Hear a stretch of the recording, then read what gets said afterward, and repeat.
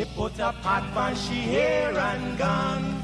Them a the first one out on the dam. Basket on she head, bucket in each hand. Hold up on she frock, I wanna she grandson. To the market, them a go. For the morning, the day is dawning. For cockcrow to give the villagers a warning. Rise and shine, the birds them a sing. All animal take turn as them join in the waking. Cockcrow, dagaba, donkey, bray, horse, and they even duck a quack. Cockcrow, dagaba, donkey, bray, horse, and they even duck a quack. Come and hear this sweet story that tell the people about life in the country. All day a back down, me now a come home. The naga jackass yard for fetchy load. Cockle shy hand, bag over shoulder, running by his side, a Rexy and Rover. From the farm, them a come. Sun a go down but up the river. Some washing clothes, some folks are bathing at the water. Fisherman, they catch them a bring.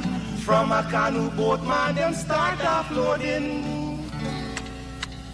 Aymara, Kwakwari, Hail Baka Kuma Kuma, even Lokunani.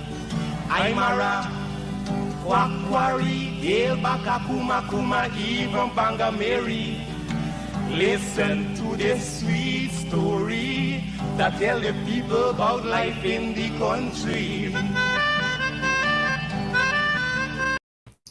All right. Hey, a very pleasant good morning. It's the, what is it? It's 3 minutes.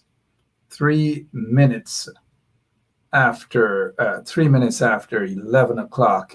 We have coming up shortly Mr. Paul Slowe, and Mr. Paul Slowe has given decades of service in the Guyana police force. So he will be commenting about some questions I have for him concerning the fire at the Brickdam police station and the fact that it appears that the investigation, or there is absolutely no investigations, none whatsoever. The debris and everything being, bulldozed and everything being scraped up and cleaned up and so forth. And we have some other interesting things that we want to bring to your attention. So spread the link whilst we put on our makeups and comb up our hair and so forth. We'll be back in just about a minute or so.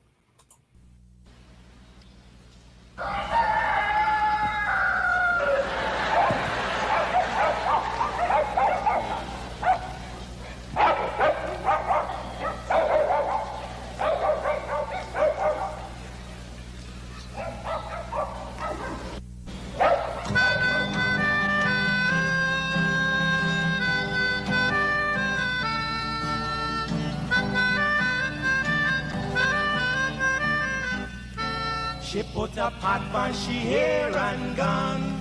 Them a the first one out on the dam. Basket on she head, bucket in each hand. Hold up on she frock, I wanna she grandson.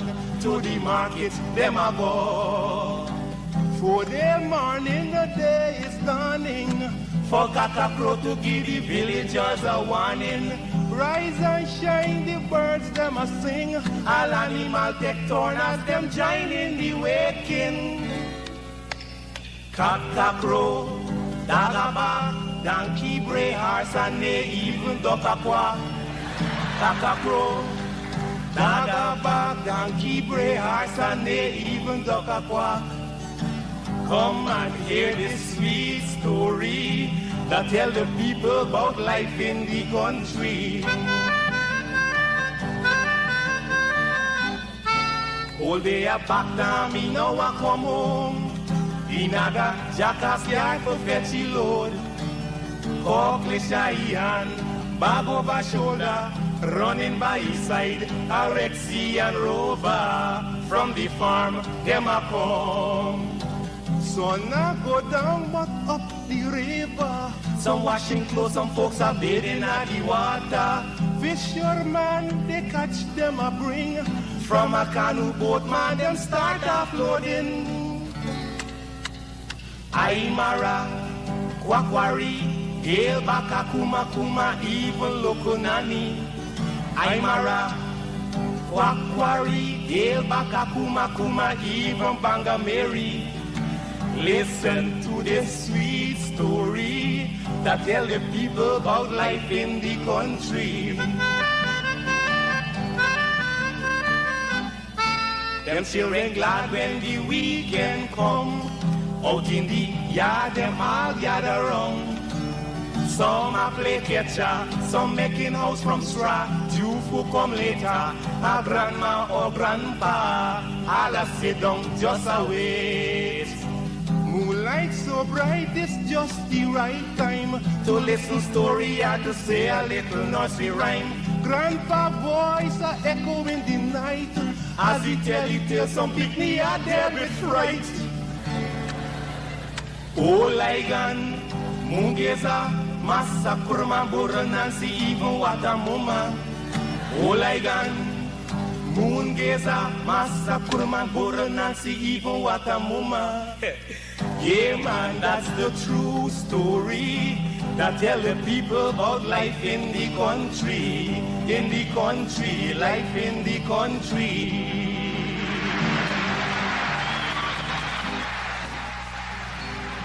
That little ditty we used to torment our teachers with when we were kids goes something like this. Onward, upward, Mary had a go. Day by day she tied it to a rope, till at length they got past the rope, and Miss Mary had to run behind it. We had a lot of fun with that, but do you actually know how beautiful these words are? Here's the Song of Guyana's Children by W. Hawley Bryant.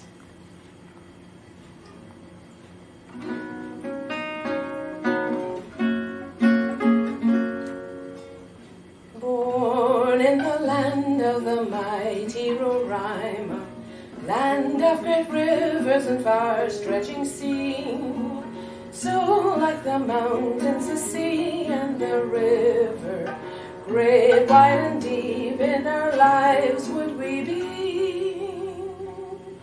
Onward, upward may we ever go, day by day in strength and beauty grow, till at length we each of us may show what Guyana's sons and daughters can be.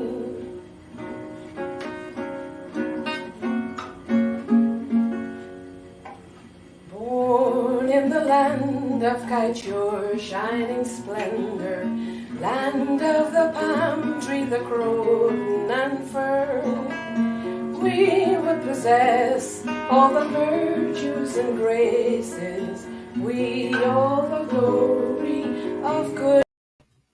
All right, again, good morning to all of you. Don't get panicky. It's an impromptu something, and we thank you all for tuning in with us for this special program.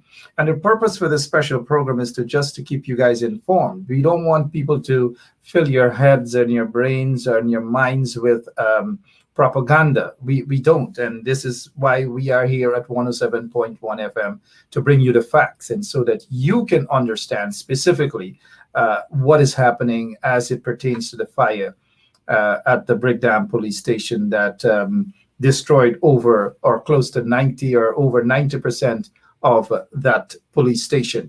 With us this morning is Mr. Paul Slowe, no stranger to you guys at all, and we will be joined later in a few minutes by former National Security, I know it is Ministry of Home Affairs, Mr. Khemraj Ramjattan, who himself is a lawyer. I have some questions for Mr. Ramjattan.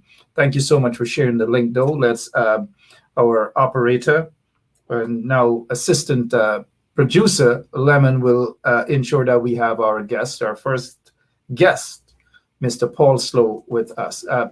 Mr. Paul Slowe, as usual, thank you so much for taking time out of your busy schedule to be with us. Good morning, sir. Good morning, Mark. Good morning to the listeners. Good morning to the viewers. Yep. We thank you so much. Thank you, because we have a lot of folks listening via 107.1 FM as well. And let me just acknowledge all of you guys who are listening, whether in Guyana or around wherever you are in the world. Thank you so much, every one of you. Now, let's begin. Mr. Paul Slowe, again, thank you so much. What is happening as it pertains to this investigations? And I ask because you have issued a statement. You are very concerned that they started to clear up the crime scene.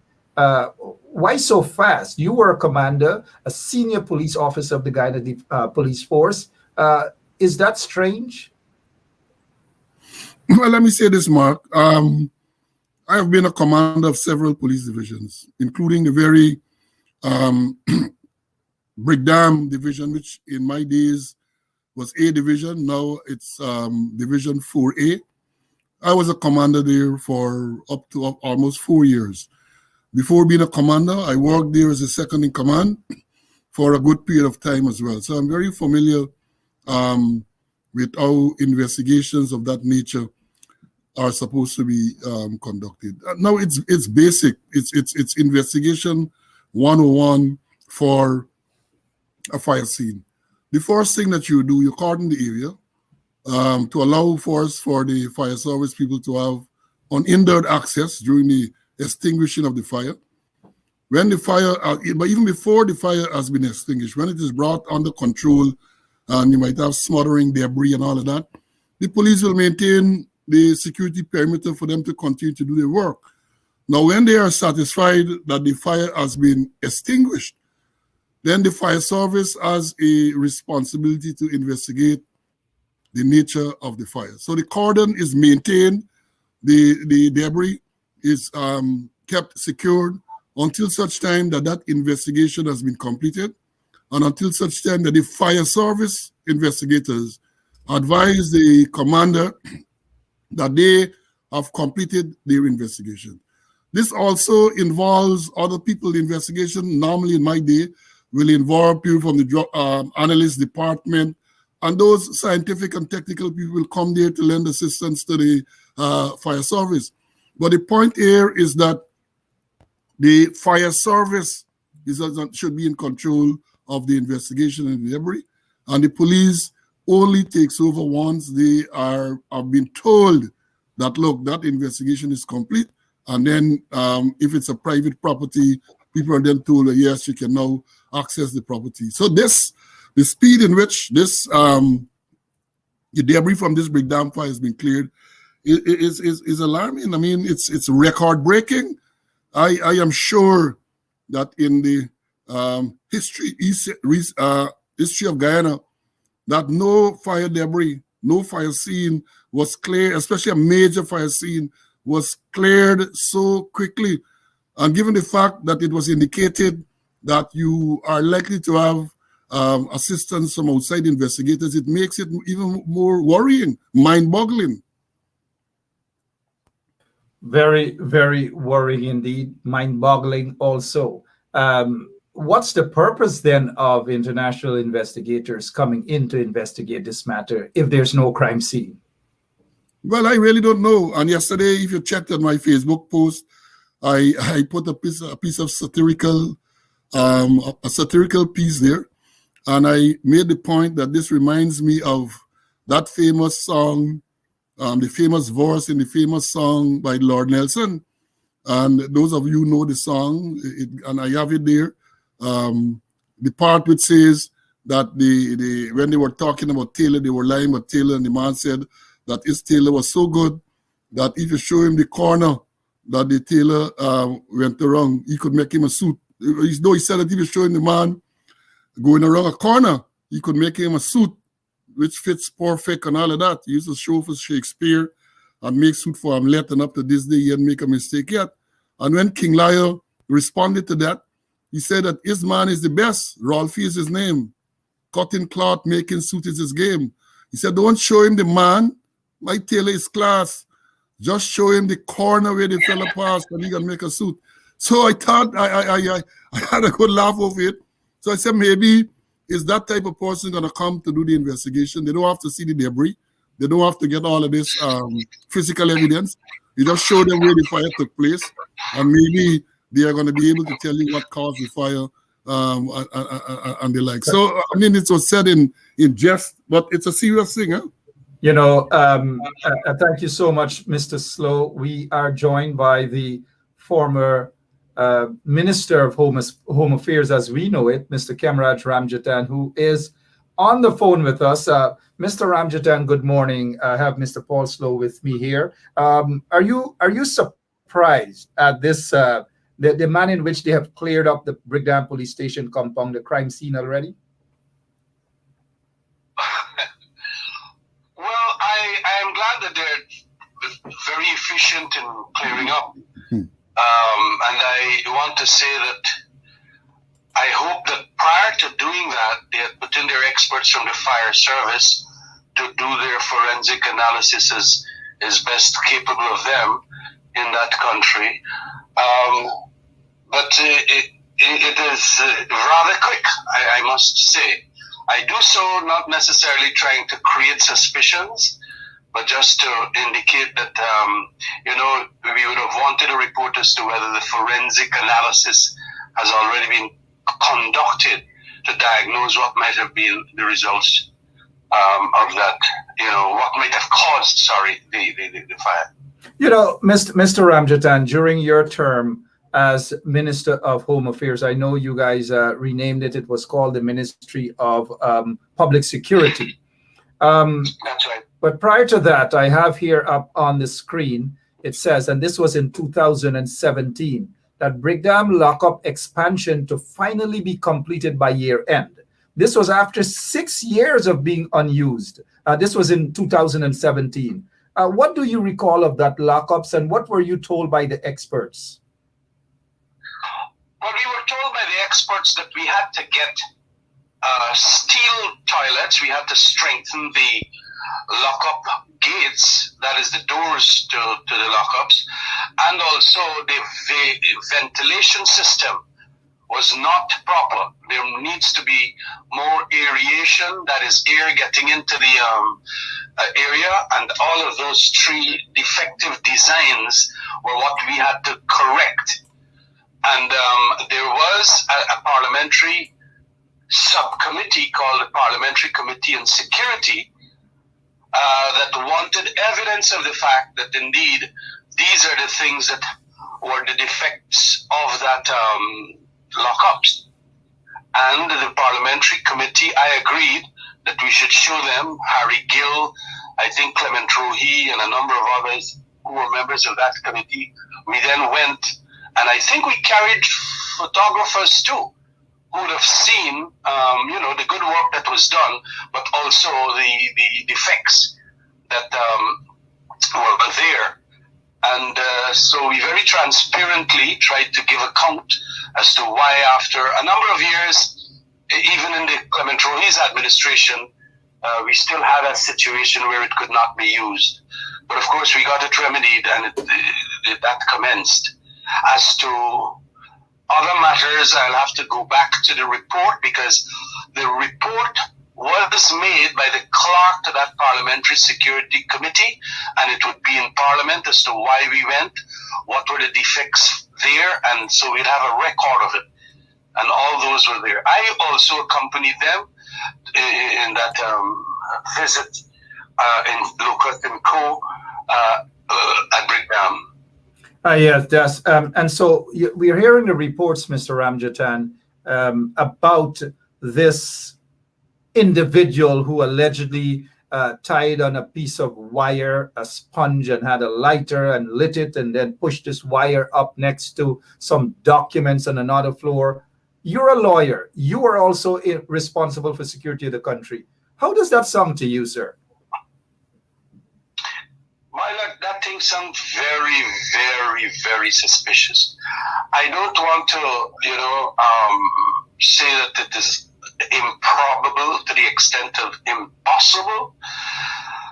But when we were strengthening and rehabilitating that lockups, was to prevent exactly that, as to how you're going to get wires. The systems were to be rehabilitated, and that was done.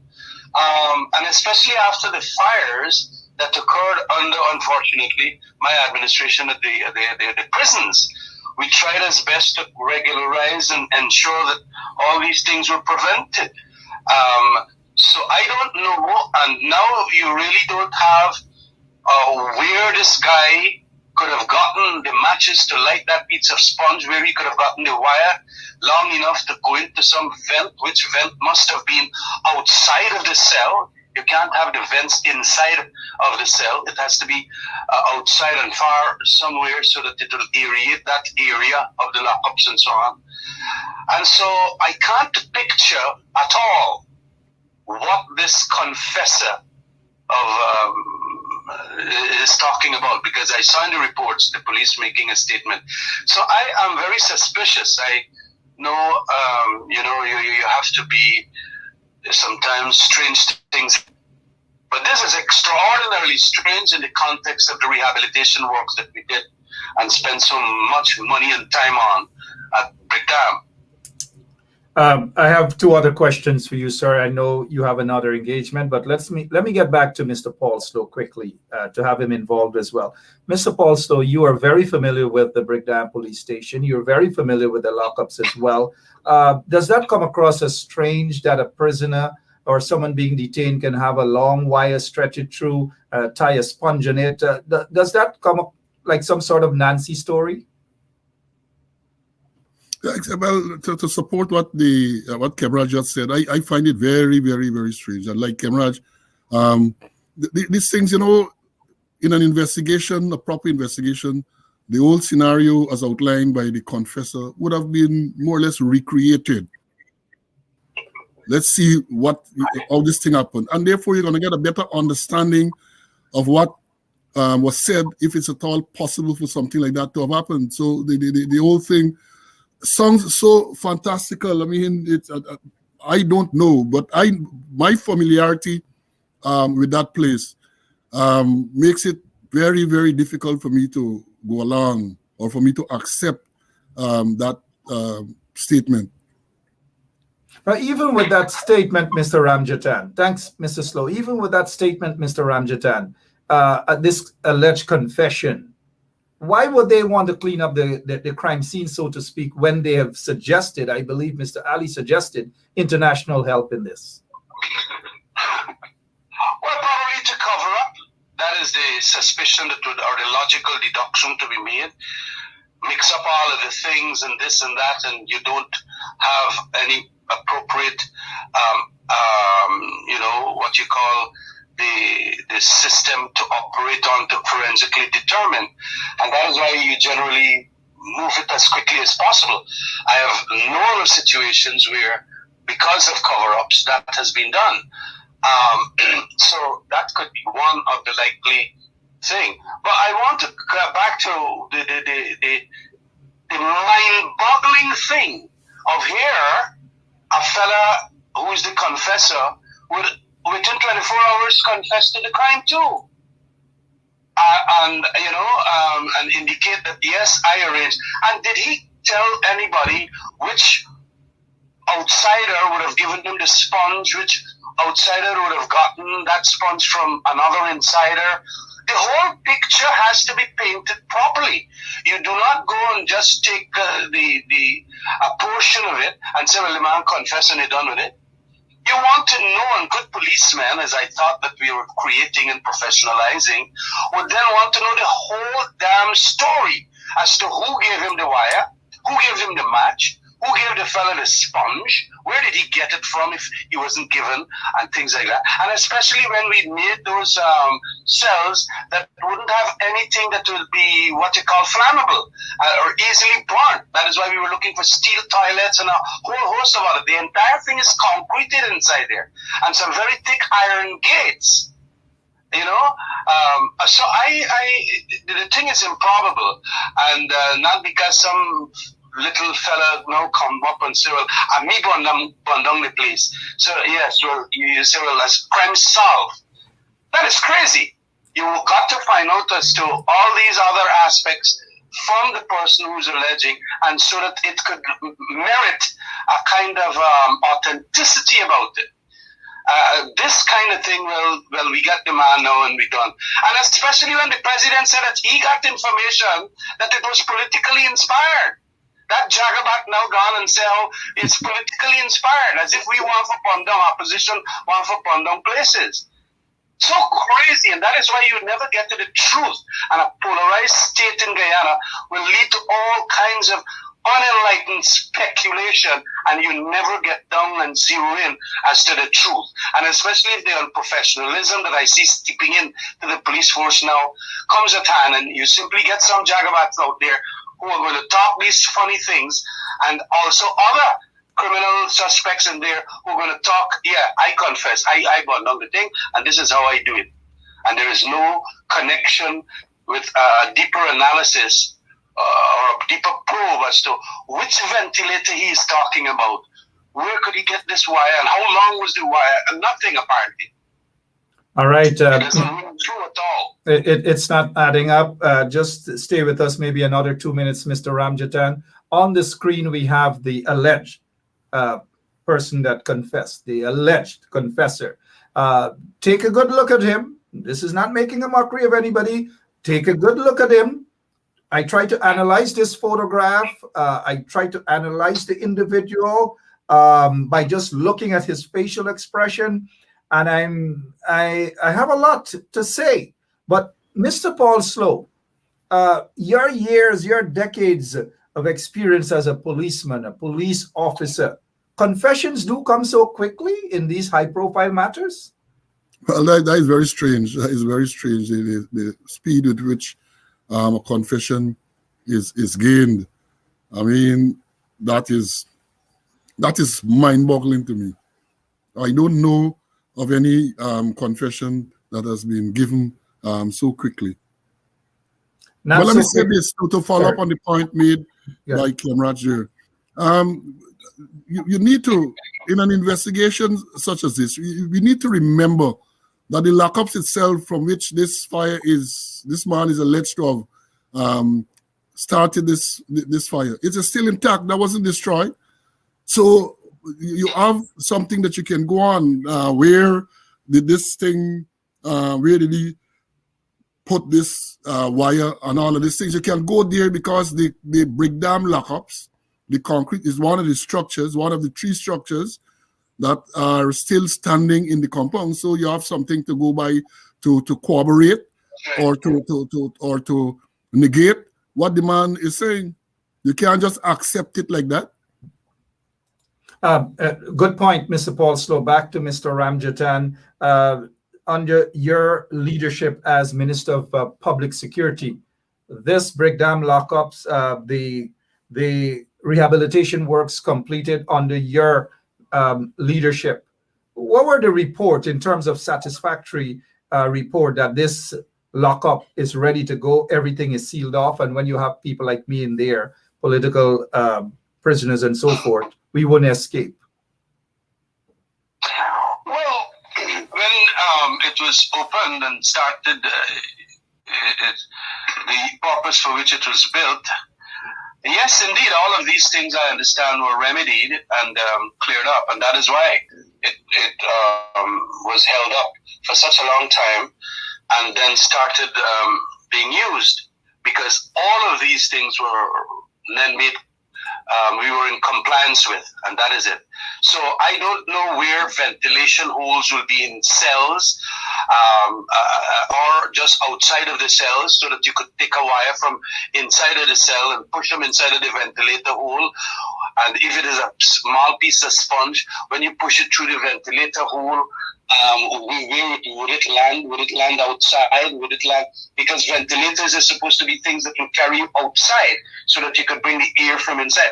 Now, these things are also going to be at the Ministry of Home Affairs, because the design on the Clement Road, he would have been there.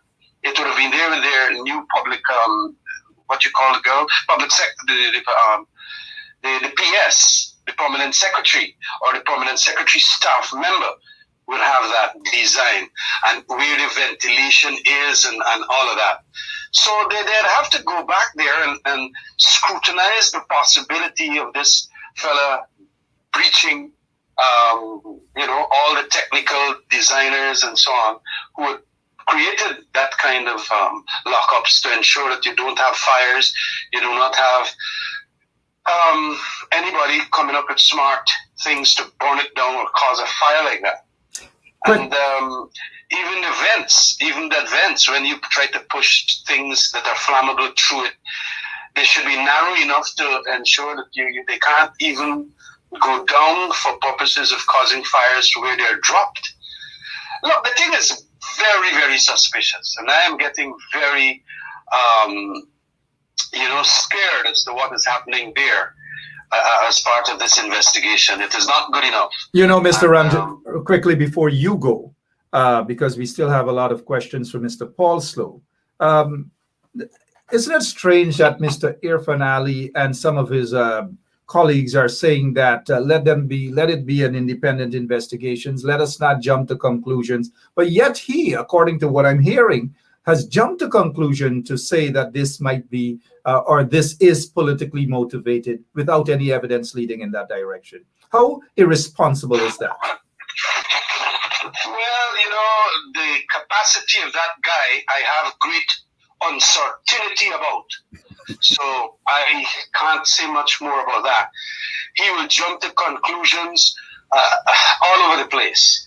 So I think what he requires is some reparative, education on these matters. And that might be hard to come knowing him now. So they will jump. That is what the PPP is good at. Creating fictional stories that will condemn the opposition as in their eyes as being the people involved, so that could bring votes in their community or consolidate their voter base. That is one thing that the PPP is masters at, creating these fictional stories. So they gone to Boris now, and they go say, them black man born no thing by. They don't know who they talk about. They talk about them criminals that they put in there, and then they mastermind it from outside.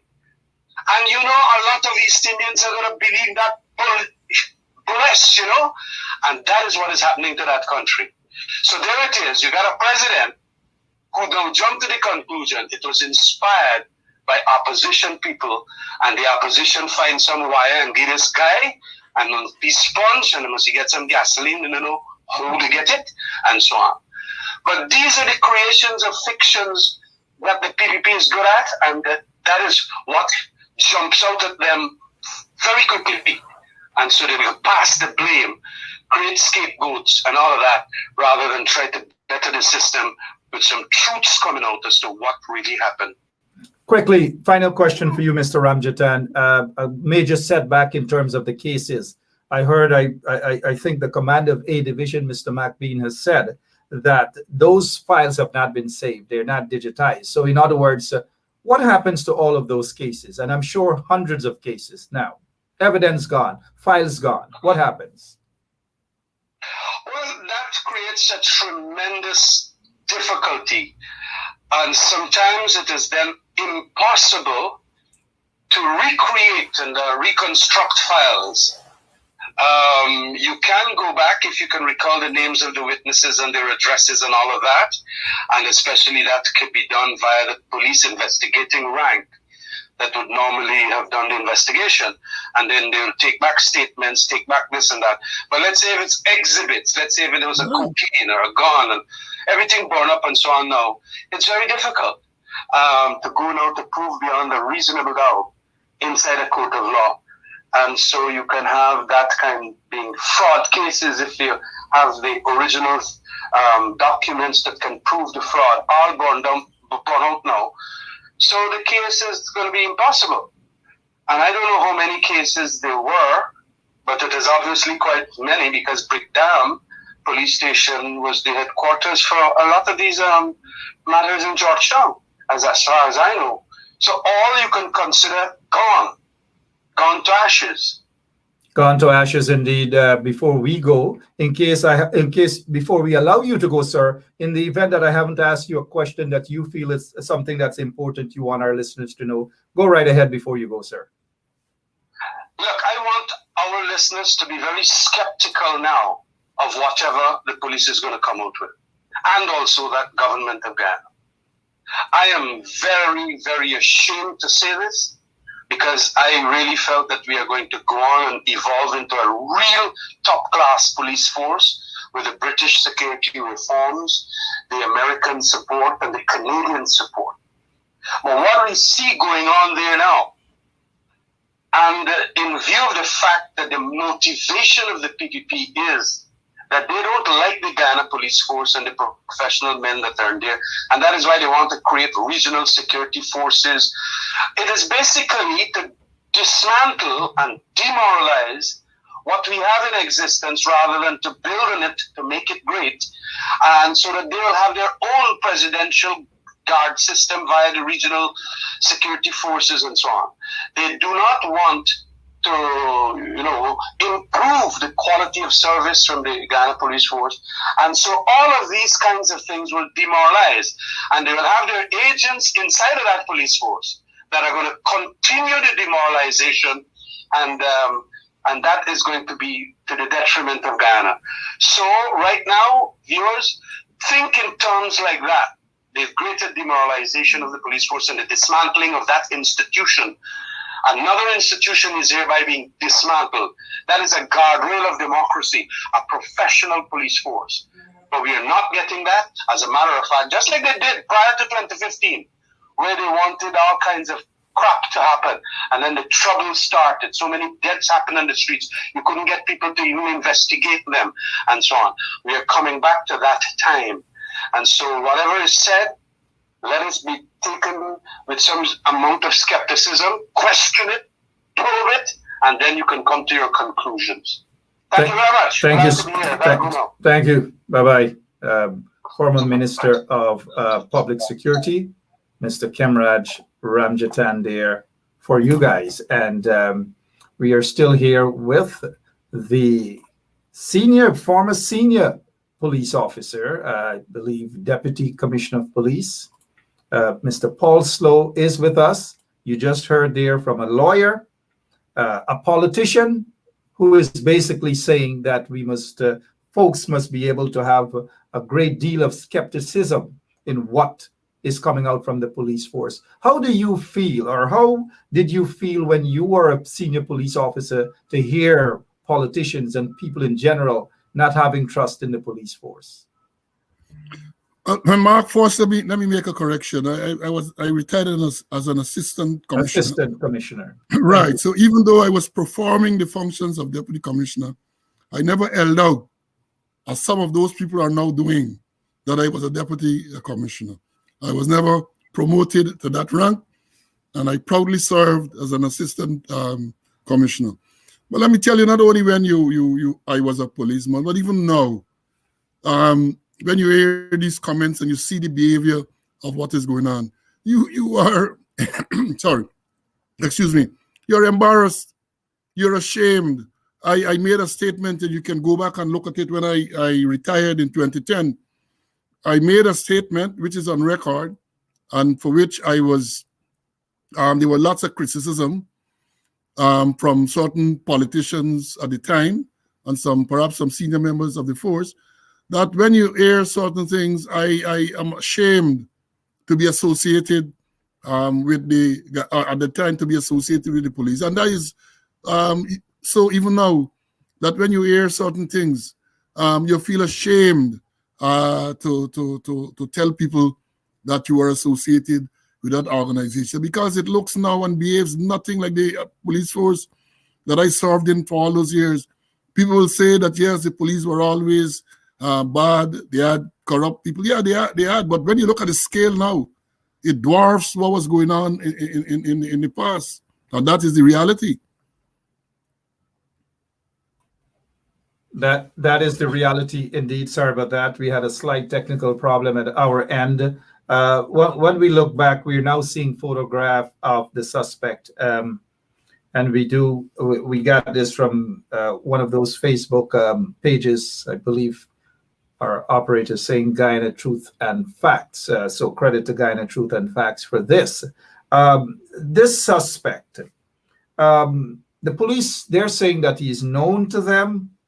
He has been locked up a couple of times. And so a couple hours after he was placed into the Brickdam police lockups there, he is claiming that he got frustrated and decided to do what he did.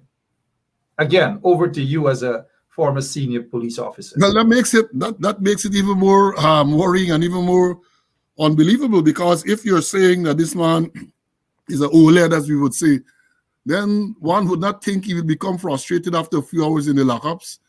And then one would not think that he would even want to make a confession to something like that, because obviously being a old lad, he will know the consequences. And I can't see so this thing requires proper investigation to get to the bottom of it. It requires a proper investigation to get to the bottom of what transpired to cause that old complex, that historical complex, to be burnt to the ground.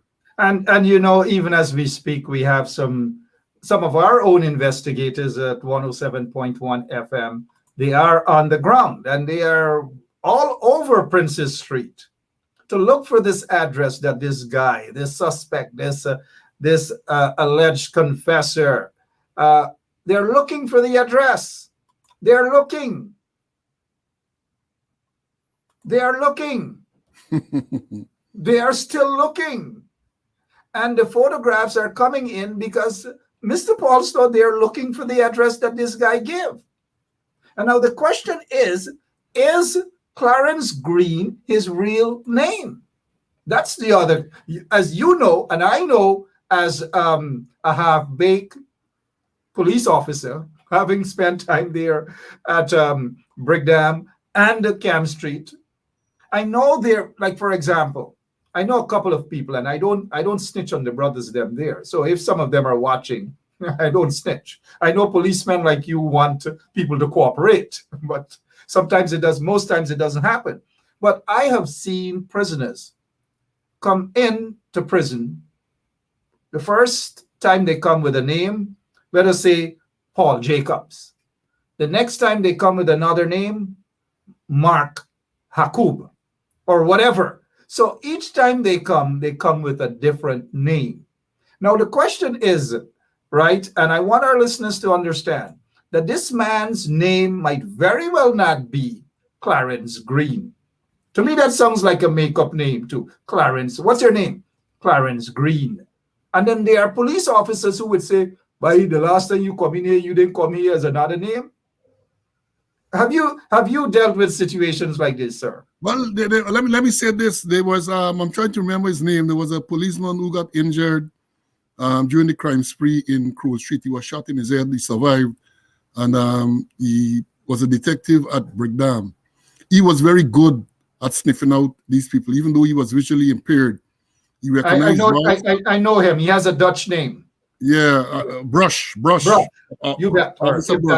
Brush. Yeah. And Brush was a man who would, from the time they say a name, even though he could not see them properly, Brush would say, no, that is not that person, that is this person. Unbelievable as it sounds, Brush was very, very good at that. And therefore, we used to encourage police ranks, we used to train them, that when a person gives a name, he has to have some document, some photo document, which supports the name that he gives. If he tells you he lives in a particular area, take him back to the area. Get people in the area to tell you if they know him, who is his mother, who is his father, who is his aunt, who is his uncle, who is his siblings. And then is when you're going to get the true story, not somebody telling you that they get a particular name and you jump at that. Growing up in BV, we had 3 Paul Slowes living at the same address. My father, me, and my cousin all living at the same address, so that when somebody tell you they're Paul, so you can't just accept the thing on face value. You have to delve in to find out which one you are referring to. And I suspect that is a lost art now, because they don't do that. Whatever is said to them, they accept it. And we know as a result, if you look back, you will see in my day, the man would be known with the name Clarence Green, also known as, and all of those names that he's known as is put there. All of those, and that thing was done for a reason, so the person can be properly identified.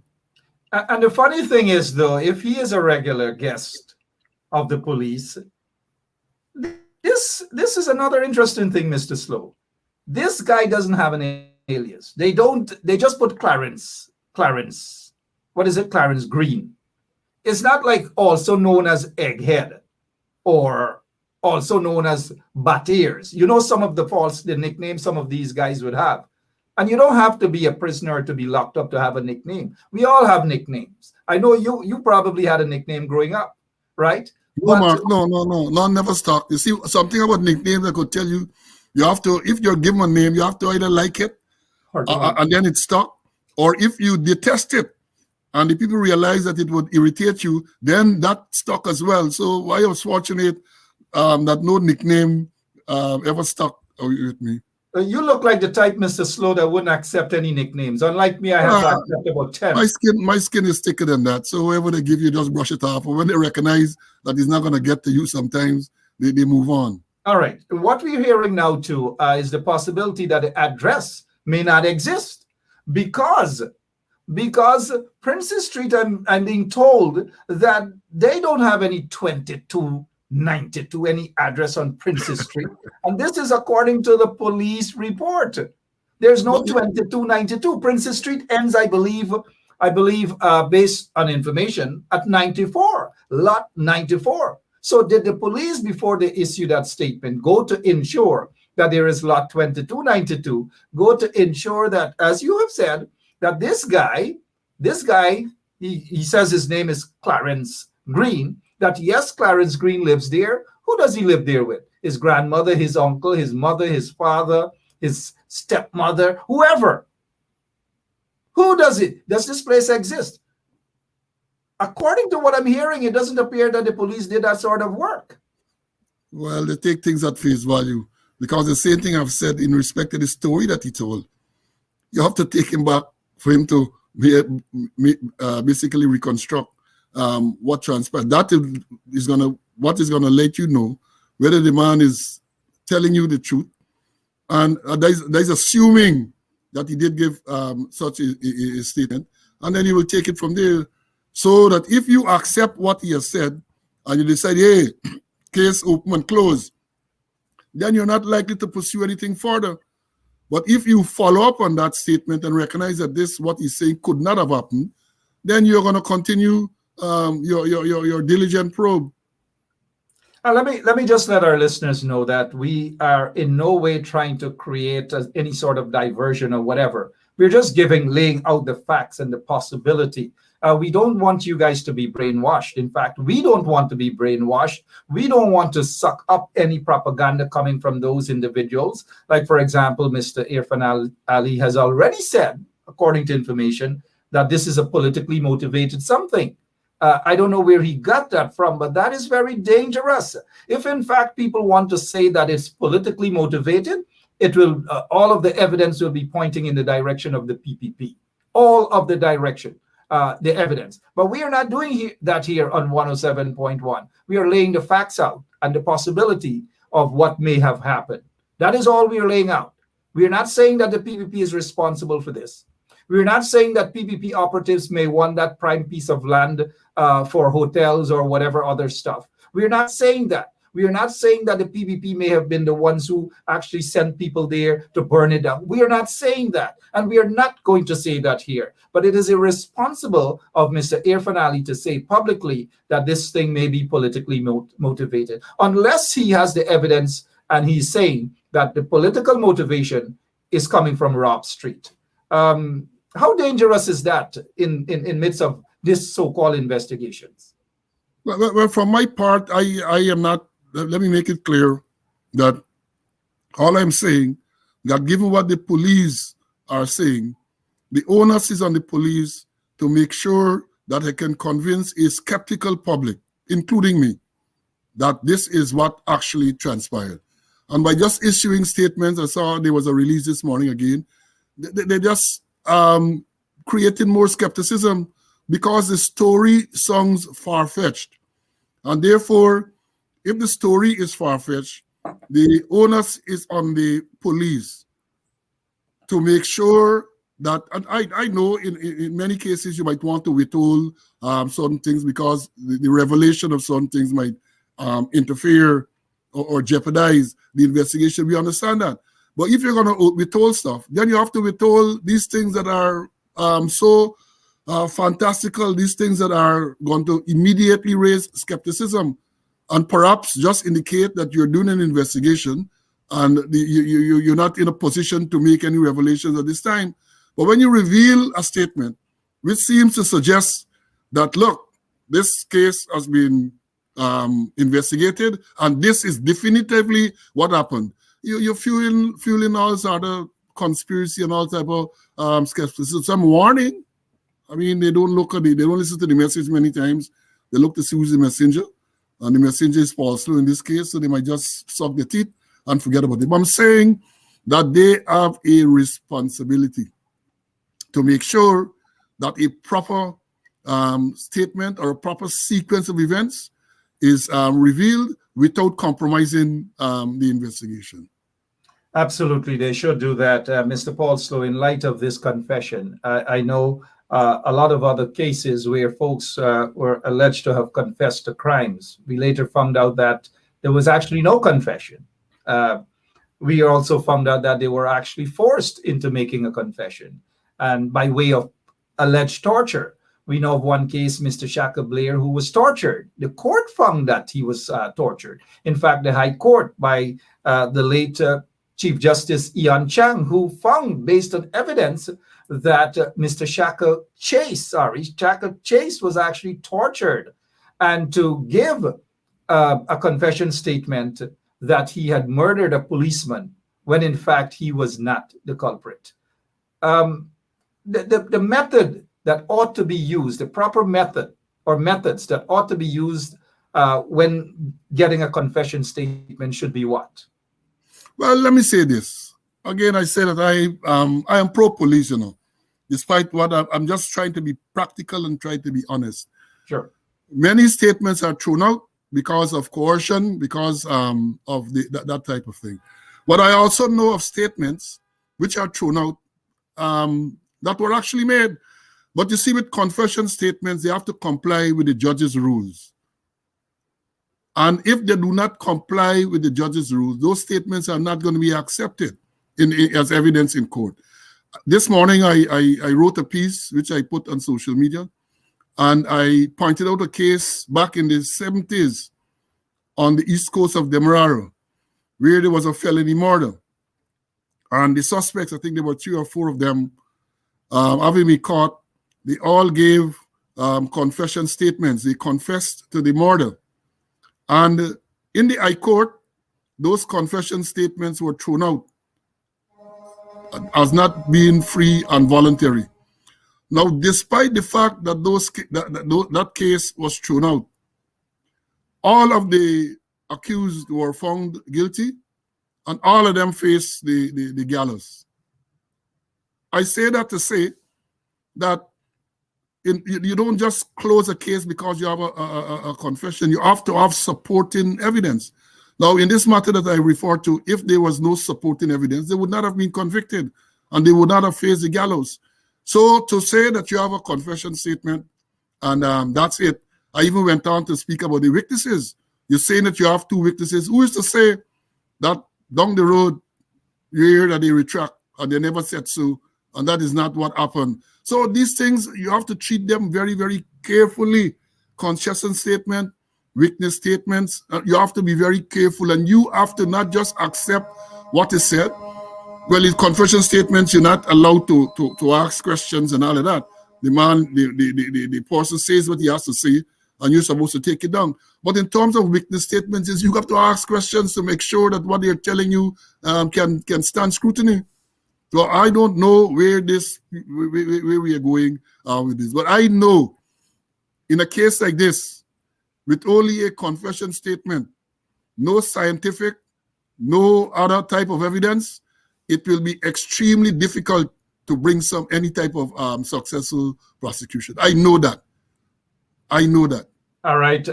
According to the information here, it says here, information reaching Stabroek News revealed that during questioning, 2 prisoners who were in the Brickdam lockups when the fire broke out claim that after they noticed the fire and were evacuated from their cells, Green, that is the alleged confessor, Green reportedly told them, the other prisoners, that he had taken a piece of sponge, wrapped it up on a piece of wire, and set it alit.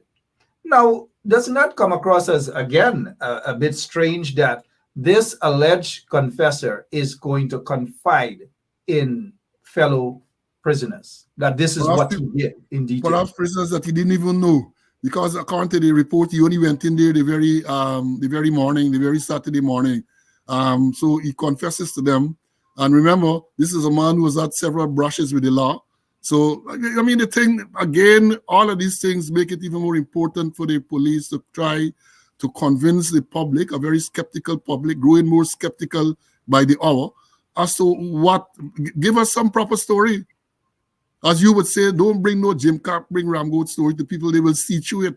And then the worrying thing about that is that once people become skeptical, as many people are at the moment, it is even more difficult for you to convince them of the true story. When the true story, or if some other story is revealed, which turns out to be the truth, it is even more difficult because people say, well, you don't make one story, how come you? And the same thing, and that is the problem in a matter like this. That is the problem when you run to make statements prematurely. So the very night you had statements being made by the Minister of Home Affairs. The next morning, the president is making statements. And while the president is making statements about assistance to investigation, big machinery in the Brickdam compound ready to remove the debris, and one would suspect at the same time ready to remove whatever evidence might be there. And that by itself makes it very puzzling indeed and complicated, because we are seeing evidence bare face right in front of our eyes. What is happening there is that, and the truth is that they do not want any investigations at all, none whatsoever, because if they were serious about an investigation, even after this alleged confession, because this is a guy who confessed first to his fellow, his inmates, that this is what he did. You did mention that he was there hours, and so there's a possibility that he was talking to strangers. Oftentimes, though, as you know, I've been a regular guest there, compliments of the state, that that when you go in, it's like it becomes like a family again. Hey, you're back here, bye. Hey, what's going on? You know? So it's like, for the most part, everybody knows everybody, right? But there are some exceptions, yes, that they are newbies in the lockups. But what is puzzling, even though they might know each other, I find it difficult. I find it hard to believe and to accept that this guy has gone to two other prisoners, and this is according to the police, according to what they're saying. Starbuck News is saying here that information reaching Starbuck News revealed that during the questioning, two prisoners who were in the Brickdam lockups when the fire broke out claimed that after they noticed the fire, right, that this is what this guy said to them. So wait a minute. As soon as when they were evacuating, when they were, come on, get out of here. We know that they're not going to have time to stop and talk. But when they were being evacuated, it appears, according to the police report, that this guy paused for a moment and said, hey, y'all know it's me, do that. I take a piece of wire, and whilst the policemen are saying, come on, let's go. I take a piece of wire and I scratch I put on the lighter and I put it on a sponge. I don't know, Mr. Slowe, you have had over 4 decades as a policeman. What? Again. Nancy stories? Again, wire. You got what type of wire? How flexible was the wire? How sturdy was the wire? The sponge.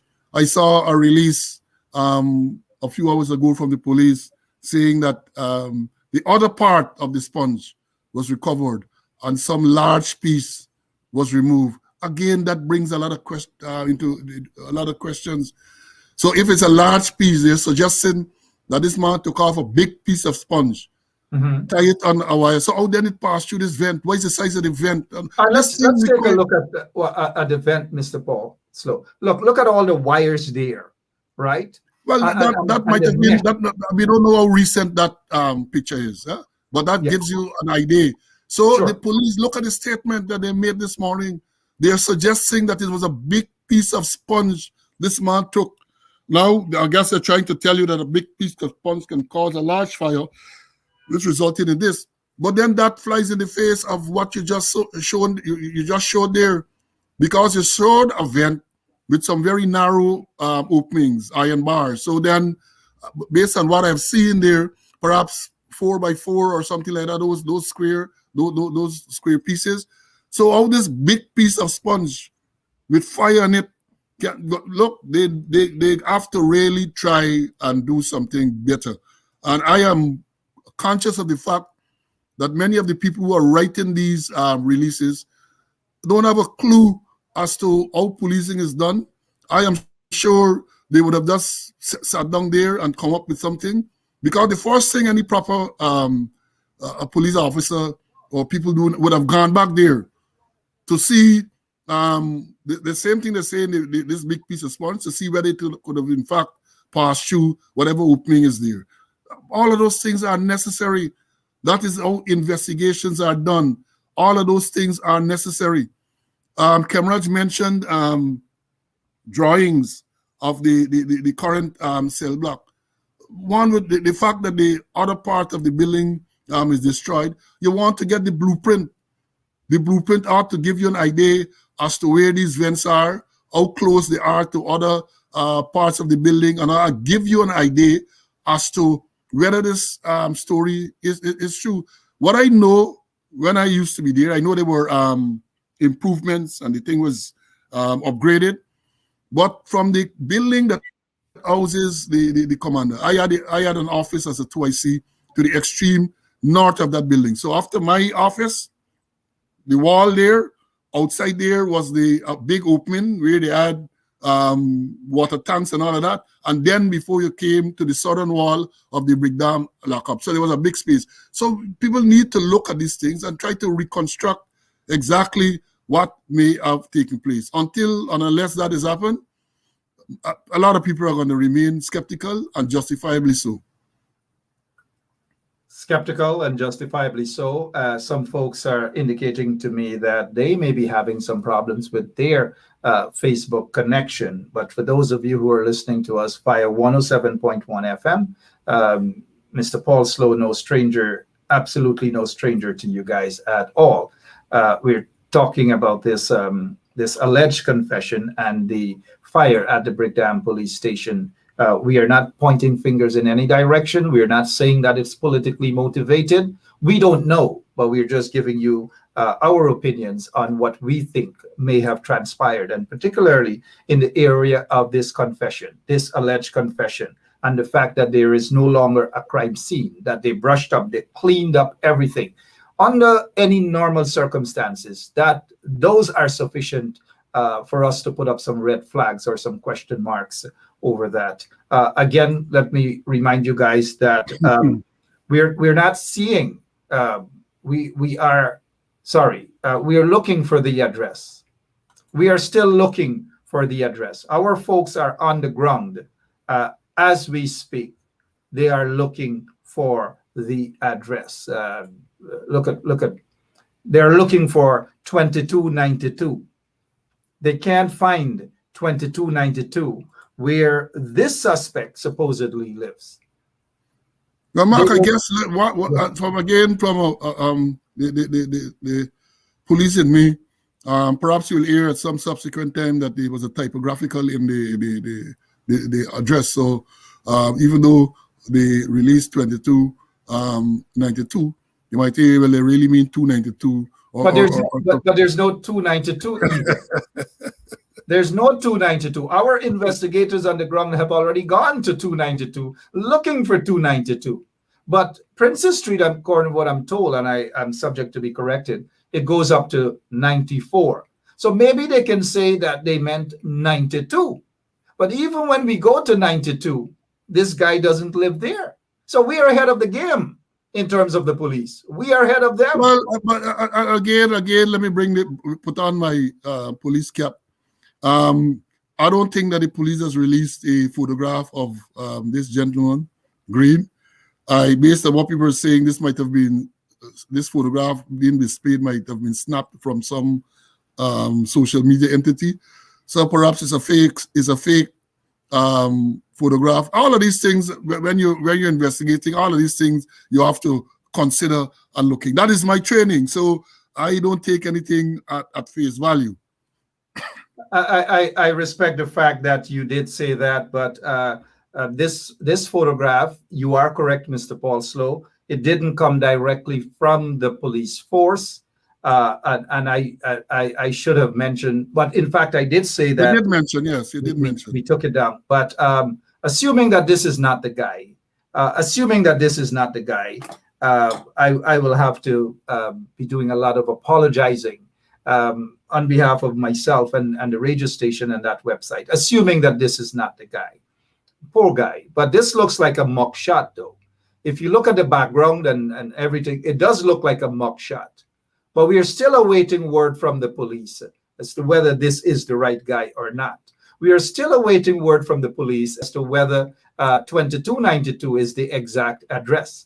We are still awaiting word from the police whether this guy or the suspect's real name is Clarence Green. So we are waiting from the police for a heck of a lot of confirmation. They seem to be very quiet. We have not heard anything, any sort of press conference, any official press conference from your former colleague, the guy who sits there in the chair of the police commissioner. He's not acting, but he's just performing the duties. We haven't heard any press conference from them, along with the crime chief, Mr. Blanham. When do you think your former colleagues will have the guts to hold a press conference to inform members of the public? Well, whenever they get permission to do so.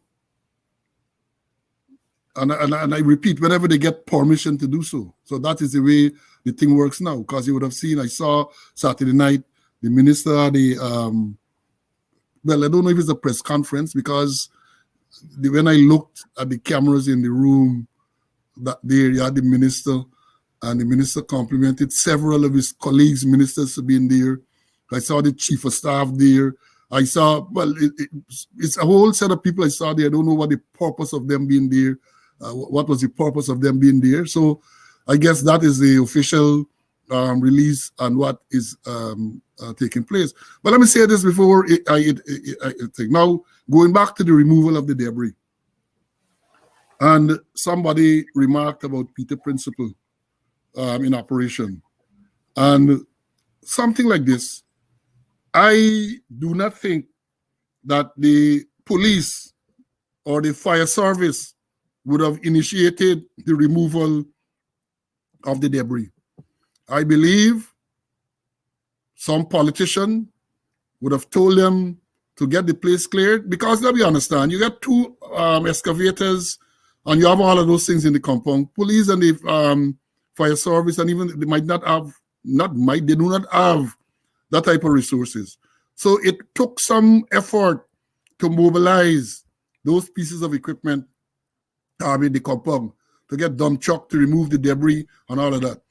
My belief is that those were the instructions from some politician. And I referred to Peter Principle before, because then you have people who are not senior people who don't have a clue as to what's going on, to say to those politicians, well, I'm sorry, but this thing cannot be removed now because of so. So it's a case where my view is that some politicians say, let's clear the place. And somebody said, yes, sir.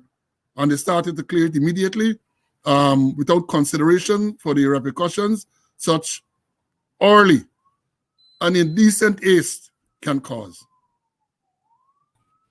All right. Thank you so much, Mr. Paul Slowe. We are having difficulties with Facebook. I don't know if all of our or some of our listeners, I just checked that we are streaming live via our YouTube page. So our YouTube page, good afternoon to all of our listeners there. I'm sorry I can't see the comments coming from you guys because of technical difficulties with Facebook. At least that is what we are experiencing at this end. Before we go, Mr. Slowe, let me show you this photograph. if according to the police now that this guy, Clarence Green, we don't know if that's his real name either, Clarence Green, pushed out this big piece of sponge on a wire and set the fire from the lockups. How plausible is this story now that we're not seeing any smoke, anything coming out from this area? It seems that the bulk of the fire and everything would be in the middle of this building, the set or the edge of this building, which would be the center walking into Brickdam Police Station. We're not seeing much fire or any at all around the lockup section. Based on my recollection of the design of that lockups, and based on the story that is being told, anything that is pushed to get close to the building would have had to come from the southern section of that lockups. That is not in view now. But as I indicated earlier, the southern section of that lockup, there's a gap between that section and the wooden building that houses the commander's office and all of those offices there. So there's got to be more explanation for people to understand what actually transpired, right? So that picture that you showed there shows the side towards Brickdam, which is the northern side, and the part to the left there, that is Smythe Street. It shows Smythe Street. But behind the Smythe Street portion, there's a gap between the Smythe Street and the building. That is where the water stressors are supposed to be, with water to supply that building there. And so I don't know. I really don't know what to make of this explanation. I basically didn't want to say anything, just remain silent for 1 minute, because we don't know what to make of the explanation, other than the fact that they may want to force certain things down our throat into believing that this is what happens. Now, if they want us to believe what happened, then they got to come with plausible stories. They can't come up with this sort of Jim Cockbring Ramgoat story or Nancy stories and expect people to accept it and not have an opinion. And now, we are not saying that this thing here at all is politically motivated. We are not. There's no evidence to suggest that, even though there might be speculations and people's mindset flowing as to that land and who may want it or what. Those are the sort of conversations people are having on the streets and on social media. But we're not here to discuss that. And I'm not surprised that Mr. Irfan Ali has come out with a political twist on this. We understand why he came out with that, according to reports. We understand why. And people are not buying into that. Khemraj Ramjattan said earlier that is the message they want to send to their support base. But I'm saying even their support base, even their supporters are questioning their narrative. And to say, no, I don't believe that story. That suspect can't do that. I don't believe that story. So I say all of this to say that even supporters of the PPP, and this is not to say that all PPP supporters talk like that. So I know they have some good speaking PPP supporters. Just in terms of information, I should let you guys know that I invited a PPP lawyer, Mr. Sanjeev Dattadin, to be on with us last evening. He agreed, and then he said that he was out of the jurisdiction and it was impossible. So it is not to say that we're bringing one set to only talk one side of the story, so to speak. We want to hear from the PPP side as well. We're not going to deny them an opportunity to come and talk their side, even though they deny members of the opposition opportunities to talk on all of their media platform that they control. But we don't do that here at 107.1 FM. Mr. Paul Slowe, in closing, what do you have to say to our listeners and viewers? In closing, I want to say, Mark, that the only side of this story should be the side of the truth. There should be no opposition side. There should be no government side. The side should be the side of the truth. To get to the truth requires a proper investigation. And the concern is that given what has taken place, the clearance of the debris and all of that, it's almost impossible to get to the bottom of what transpired. Almost impossible indeed. Mr. Paul Slowe, retired assistant commissioner of police, sat there, performed the duties of a deputy commissioner of police. They refused to confirm Mr. Paul Slowe. Victimization, wickedness in high places. I wish you were confirmed, and I also wish that you were the commissioner of police, but we know exactly what transpired. Mr. Slowe, thank you so much for coming so fast when I invited you on Straight Up. Thank you. Mark. Thanks, Mark. It was my pleasure. Thank you, sir. And thanks for your service to your country. Thank you. Thank you. Yeah. Mr. Paul Slowe there. Again, I don't know if it's at our end, but I know that we're having some problems on Facebook, at least our end here. I don't know if that's the same at your end, so we can't see the comments and so forth. We do know that folks are listening to us via YouTube. And here is where we'll urge you guys just in future that if you are shut down from one media platform, you have options, right? As in the case of YouTube. So maybe you take that time out to subscribe to our YouTube channel right now. Just hit the subscription button and you'll able to get live programs and so forth. Some people have said that they watch us, all of our programs via their television sets. They seem to get a better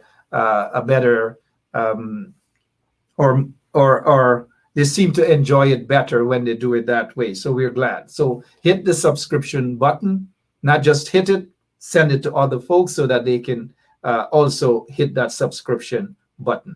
Now let's get back to this individual who is, we are told, mind you, that this is the suspect. His name, we are told by the police, is Clarence Green. Now, let me say this to you guys. Let me just spend a couple of minutes more with y'all. Clarence Green, I don't know whether this name exists. It sounds to me, and this is my opinion. This is not spreading any propaganda or whatever. This is just my opinion because you guys know that I'm familiar with the system, mind you. And so this name, Clarence Green, without any alias, nothing at all, it appears that the police rushed to issue a statement without getting deep down into it.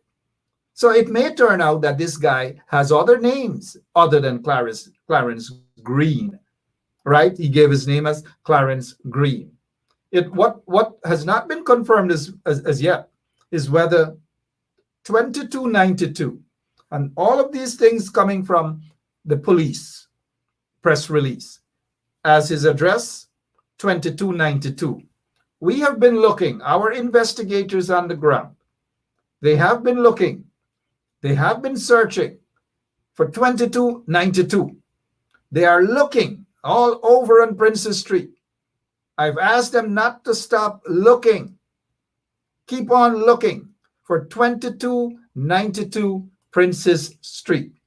They have burned their gas. They're still looking. They're circling. They're going round and round all over. They're going looking for 2292 Princess Street so that they can talk to, if this guy lives there, they can talk to neighbors. They can talk to maybe his mother, maybe his father, his sister, maybe his child mother. You never know, whomever. But they can't find this guy. Maybe my investigators probably, I don't know, but I believe in my investigators. But maybe I'll have to send some investigators from the UK to be down there. Maybe, you know, or the US. But they're not finding this 2292. So this leaves us now to await another press release from the police force. Another press release from the police force. Getting back to this guy, who is allegedly the suspect. His name is, allegedly, his name is Clarence Green. He lives 2292, allegedly, that is, right? 2292 Princess Street. Now let's, this guy is entitled to a lawyer. What if now, when he does get the opportunity to have a lawyer, and I do believe that a lawyer should step in to represent this guy, when the suspects who were charged the three suspects, they were charged in the killing, the murder, sorry, of those two Henry boys, Isaiah and Isaiah and the other cousin. Do forgive me, I'll remember his name. And since I can't see the comment, Joel, Isaiah and Joel Henry. My apologies. So the suspects that were charged are said to be, quote unquote, three junkies. Now, I don't want to call people junkies, but that is what have been circulating on social media. They had no lawyers, they had nothing. A lawyer stepped in, a lawyer by the name of Dexter Todd. Mr. Dexter Todd. Dexter, if you're listening, good evening. Good afternoon, sir. Dexter Todd stepped in to represent those suspects pro bono, free of charge. He stepped in. When the lawyer stepped in, that is when we, the public, were made to understand through the one who allegedly confessed, who said that he never confessed, he never make no confession statement, and that it is the police who wrote on a piece of paper and forced him to sign. Now the guy said he can't read and write. Now in the case of this suspect, again, we are not 100% certain that this is Clarence Green, as we are not 100% certain that his name is Clarence Green, who lives at 2292 Princess Street. Again, we are not 100% certain that that is where he lives. So a lot of uncertainty, so to speak. Lots of uncertainties right here, right now. So what if, when this guy gets an opportunity to speak with a lawyer, if I were a lawyer on the ground there in Guyana, I would have been paying a visit to this guy who is currently held, according to the police, at Brickdam lockups. I would have been presenting myself to represent this guy because in such a high-profile case, he needs proper legal representation. And without legal representation, the police will continue to control this guy, what he says from what he doesn't say. Now, with a lawyer on his case, on his side, they'll able to sit down, and that is when you'll hear from him whether he made that confession statement or not. Or if he made the confession statement, he would be able to say to his lawyer, well, boss man, this is what happened. And I don't know anything about that statement because, boss man, I didn't go far in school. Maybe he went to whichever, up to primary school or Farm 1 or wherever.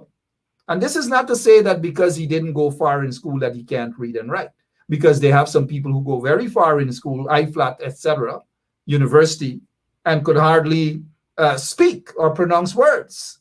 So we know that. So again, this is not to knock people who haven't finished high school. They can, quite a lot of them could read and write properly. But what if this is the case that this guy cannot read and write properly? And it was the police who wrote that statement for him, that so-called confession statement, and forced him to sign. Again, let me make this clear. This is not a show to basically bash police and police works and so forth and so on. In fact, sometimes we give police pointers right here on 107.1 FM. We are not anti-police. I am not anti-police. I'm speaking from experience. I'm speaking from cases that I worked along with people like Nigel Hughes and others on, and Dexter Todd and others on, and lots of other lawyers that I worked along with on cases, but mainly Nigel Hughes, right? Confession statements were made in the past that it turned out to be not legal, that it was done by a force, via torture, etc., etc. We know. So it's not like these guys, CID ranks, are angels and that they're going to walk into a police station, lock up, evacuate those individuals and sit them down in a nice couch, give them a Vitamalt or give them an Excel or give them a sweet drink, right? To sit down and say, or a bag of chana from from Andrew's supermarket to say, talk with me, no man. Just tell me what happened. And then the guy said, yeah, I took a thing and I scratch a match on the, I get a piece of sponge, right? Let's get a sponge and thing. And this is, give you a piece of sponge. Talk to me now. Give you another Malta. You want Vitamalt? Give you a cigarette for smoke too. Just like the cigarette fee. Eat a channel from Andrew's supermarket. Let you enjoy yourself. And tell me what happened. And yeah, boss man. I scratch the match on the wire. I take the sponge and I put the sponge on the wire, a big piece of sponge, and I light it. I put the lighter, right? And I light this thing, and it light, and I push it through the ventilator, and I curve the wire, and then I push the wire all the way up the other floor where I know that there are documents. And so he can see, he has these sort of bionic eyes. He can see right through the wall. So this wire now going straight, whilst it's still, the fire is still on the sponge. Straight to the documents. And so when the fire started, this guy said, bingo, I get them. And so one of the officers may ask, so why you did this, man? Why you did this? Give me another cigarette. Give me another box of chana from Andrew's supermarket. Why you did this? And boss man, I did it because y'all locked me up for a couple hours and man, you know, my head frustrated. I was going through a little bit of frustration, right? A frustration, right? And that's why I did it. Yeah, that's why I did. That's exactly, I'm telling you. So whilst he's talking, right? Look, that's to show you guys. I'm saying to you guys, that is not how the police get investigations from high-profile or confession from high-profile cases. You know what happened. You know exactly what happened.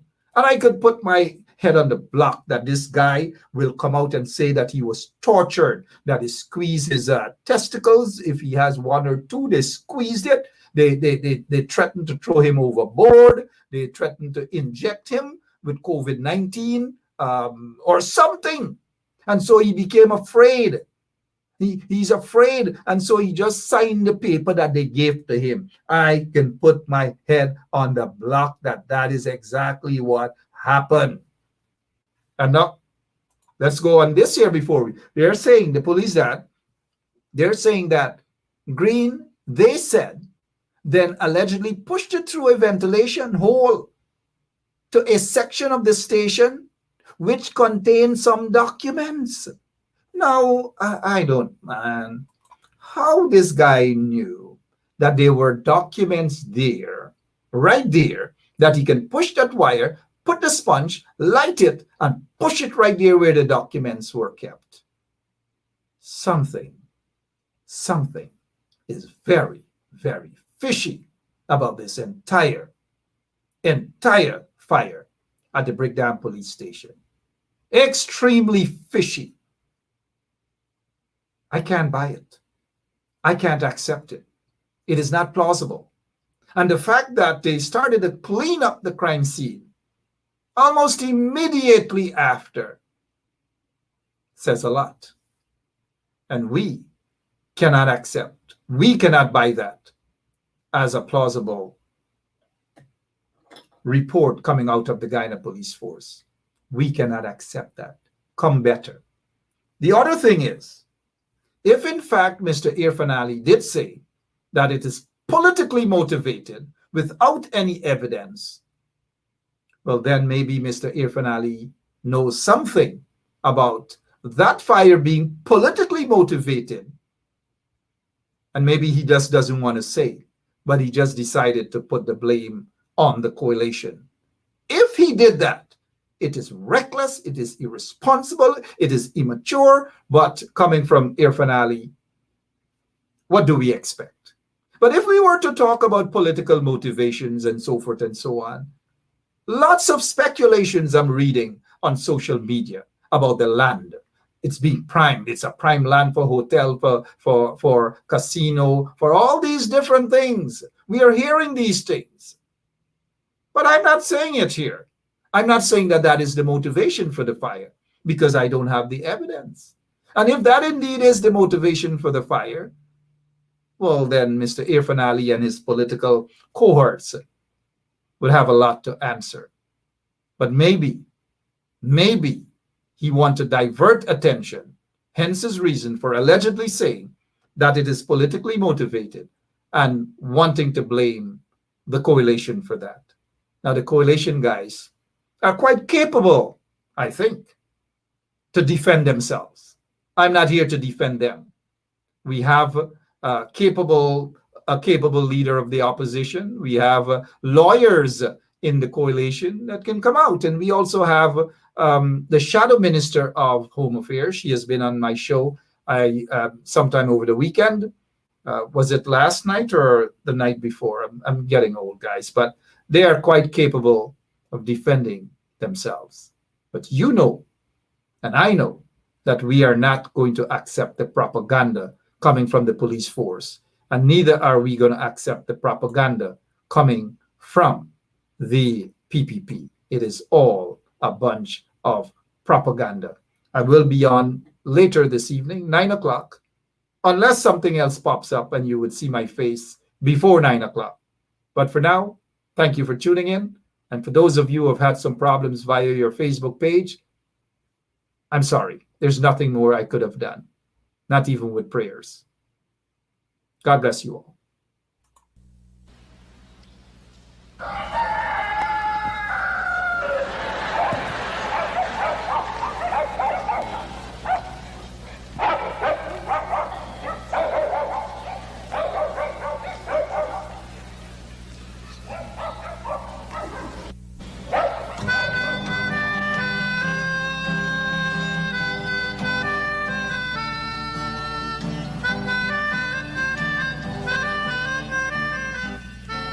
She put a pot on she hair and gone. Them a the first one out on the dam. Basket on she head, bucket in each hand. Hold up on she frock, I wanna she grandson. To the market, them a go. For the morning, the day is dawning. For cockcrow to give the villagers a warning. Rise and shine, the birds them a sing. All animal take turn as them join in the waking. Cockcrow, dagaba, donkey, bray, horse, and they even duck a quack.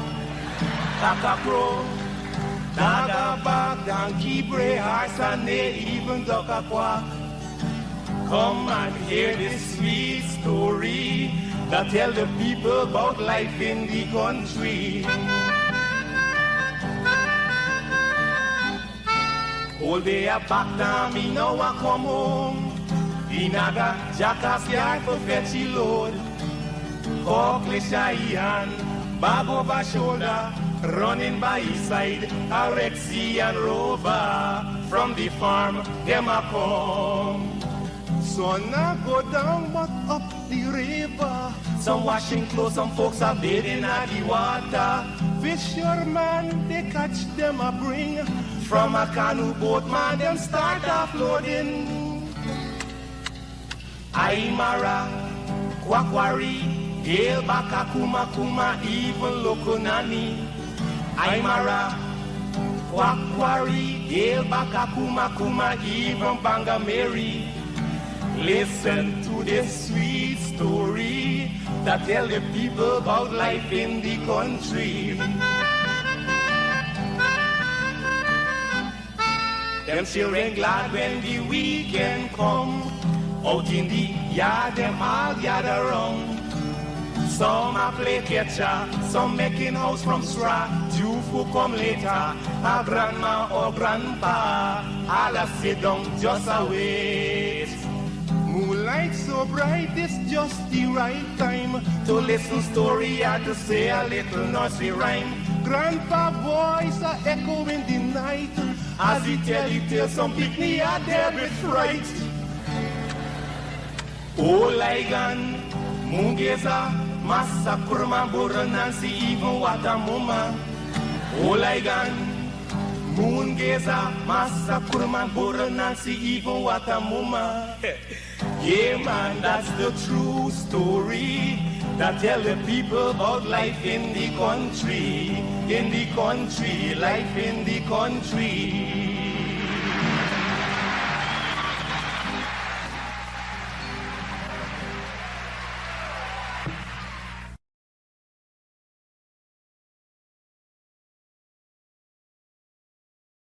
That little ditty we used to torment our teachers with when we were kids goes something like this. Onward, upward, Mary had a go. Day by day she tied it to a rope, till at length they got past the rope, and Miss Mary had to run behind it. We had a lot of fun with that, but do you actually know how beautiful these words are? Here's the Song of Guyana's Children by W. Hawley Bryant.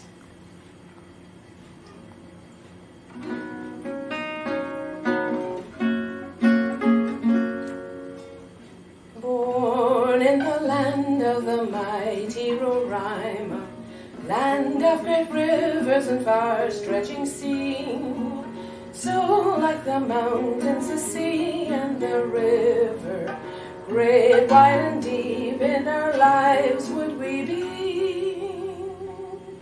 Onward, upward, may we ever go, day by day in strength and beauty grow, till at length we each of us may show what Guyana sons and daughters can.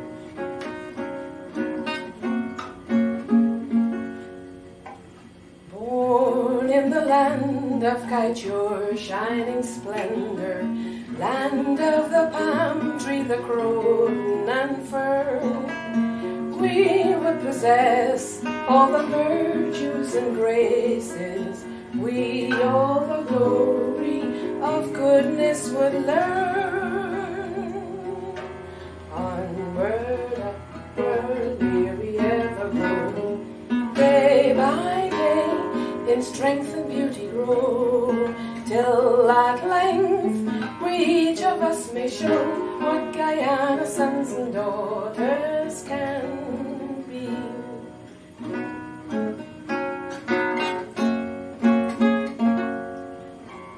Born in the land where men sought El Dorado, land of the diamond and bright shining gold, we would build up by our faith, love, and labor God's golden city, which never grows old. Onward, upward, may we ever go, day by day in strength and beauty grow, till at length we each of us may show what Guyana sons and daughters can be.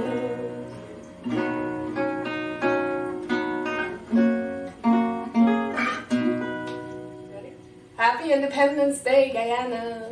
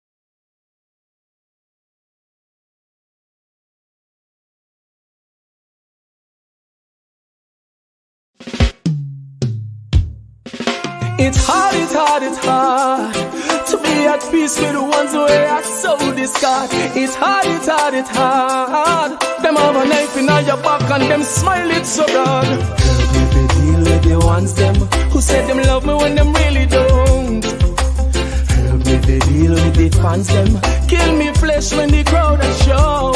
Jesus, help me on the battlefield. Jesus, help me on the battlefield. Help me on the battlefield. Cause the booby traps with them set is real. I never want to take your glory, Lord. Send your angels to encamp around about me and stand guard. To envy is so easy and to love it is so hard. Let me work for your glory and not for the award. Don't make me ever get caught up in the scream and the applause and go talk about the blessing and not talk about the Lord. All these things are vanity. I need your reward. Let me be real. Don't put on no facade. Help me to deal with the ones them who said them love me when them really don't. Help me to deal with the fans them kill me flesh when the crowd a shout. Jesus, help me on the battlefield. Jesus, help me on the battlefield. Help me on the battlefield. Cause the booby traps with them set is real. Sticks and stones can break my bones and words can harm me. They can harm me. When the evil come against me, you'll protect me. You'll protect me. Father, I need the strength of your son. Cause you know my work is not done. Lord, I need that endurance just to finish this race that I run. Help me to deal with the ones them who said them love me when them really don't. And help me to deal with the fans them kill me flesh when the crowd are shout. Jesus, help me on the battlefield. Jesus, help me on the battlefield. Help me on the battlefield. Cause the booby traps with them set is real. You tell me if you stand firm, cause every little plan you have a confirm. I know them evil plan turn. In a darkness me a the lantern. So help me to deal with the ones them who said them love me when them really don't. Jesus, help me to deal with the fans them kill me flesh when the crowd a shout. Help me on the battlefield. Jesus, help me on the battlefield. Help me on the battlefield. Cause the booby traps with them set is real. Help me to deal with the ones them who said them love me when them really don't. Help me to deal with the fans them kill me flesh when the crowd a shout. Jesus, help me on the battlefield. Jesus, help me on the battlefield. Help me on the battlefield.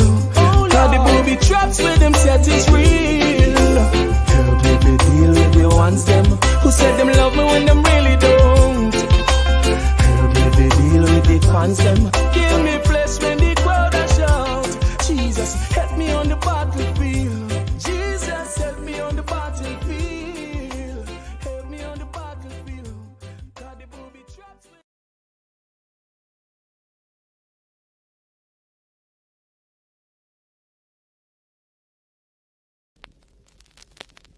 This ain't a long time, this ain't a long time, this not a before time. This ain't a long time, this ain't a long time, this not a before time. This ain't a long time, this ain't a long time, this not a before time. Long time got some lang loji, now you got some bongolo.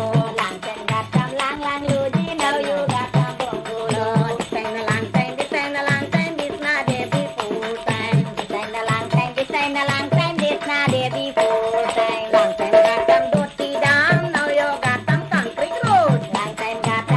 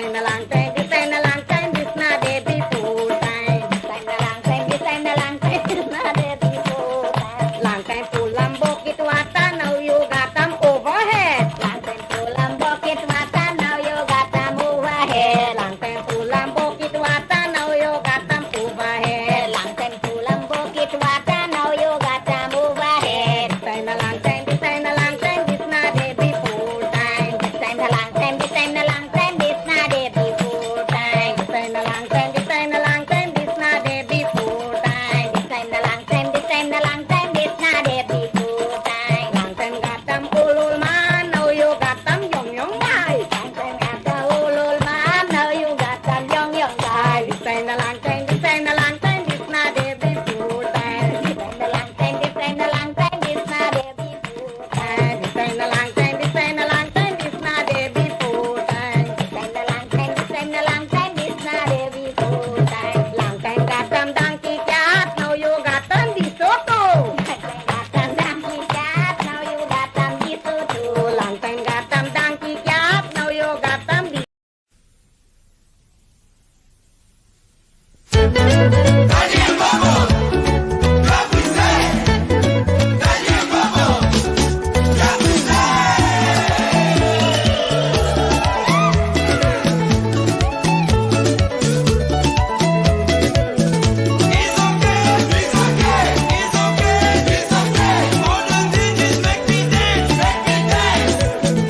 Everybody shake your body. All the DJs make me dance.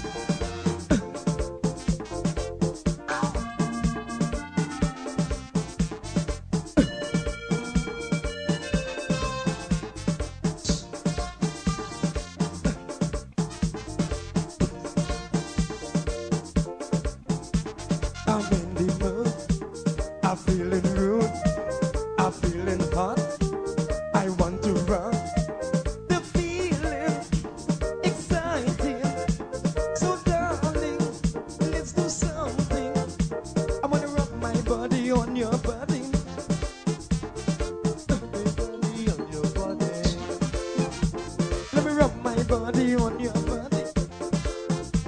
I wanna rub my body on your body. I wanna rub and love 'em. I wanna rub and kiss 'em. I wanna rub and jam 'em. I wanna rub and rub 'em. I wanna rub my body on your body. Rub my body on your body. Let me rub my body. Your body.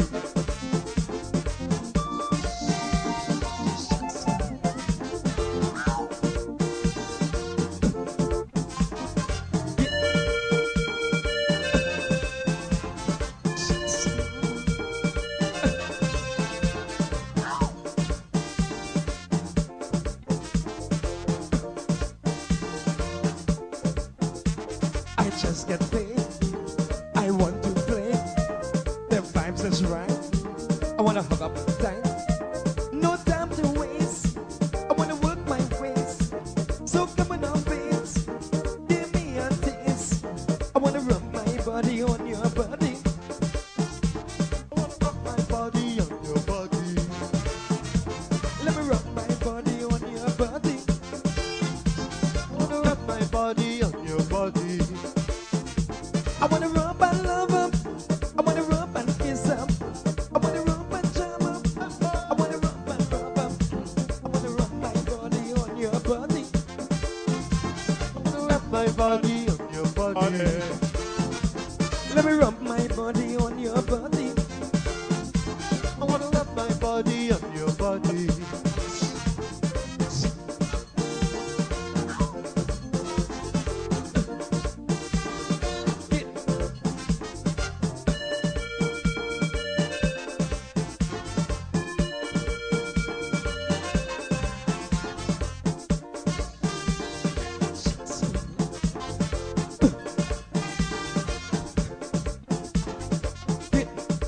Well, you know, I'm feeling, I'm feeling, I'm feeling, I'm feeling, I'm feeling, I'm feeling, I'm feeling, I'm feeling, I'm feeling.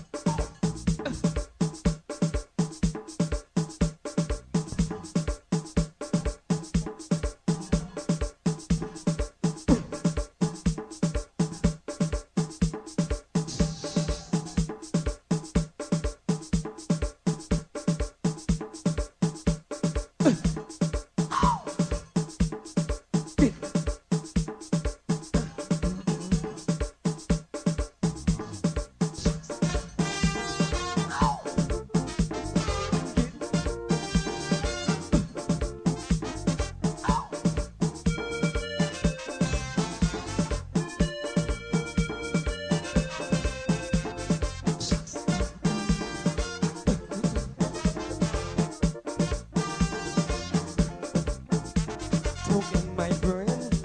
I wanna do my thing. Work up a sweat until I soak in wet. Rub your body, show no mercy, because I'm feeling tipsy, I'm feeling freaky. I wanna rub my body on your body. I wanna rub my body on your body. Let me rub my body on your body. I wanna rub my body on your body. I wanna rub and love. I wanna rub and kiss up. I wanna rub and jam up. I wanna rub and rub up. I wanna rub my body on your body. I wanna rub my body on your body.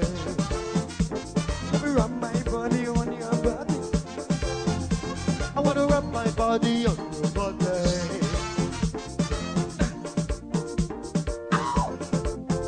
Get. Come down. Come down.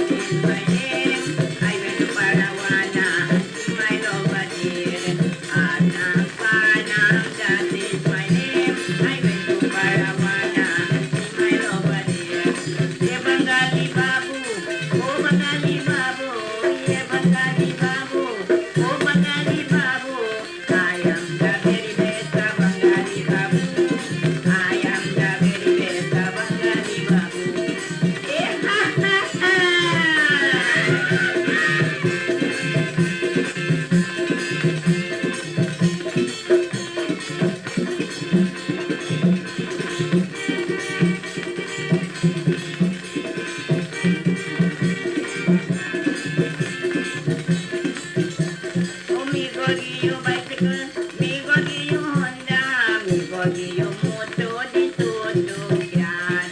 E bagali babu, o bagali babu, e bagali babu, o bagali babu. I am the very best bagali babu. I am the very best bagali babu.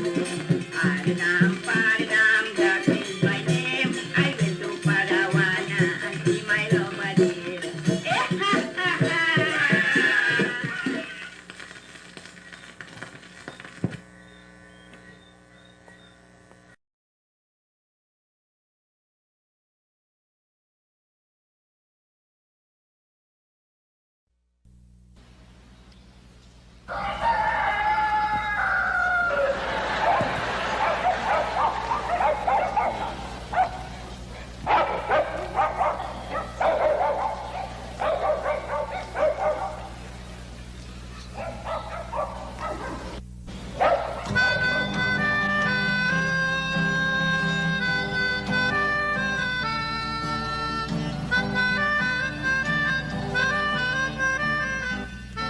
She put a pot on she hair and gone.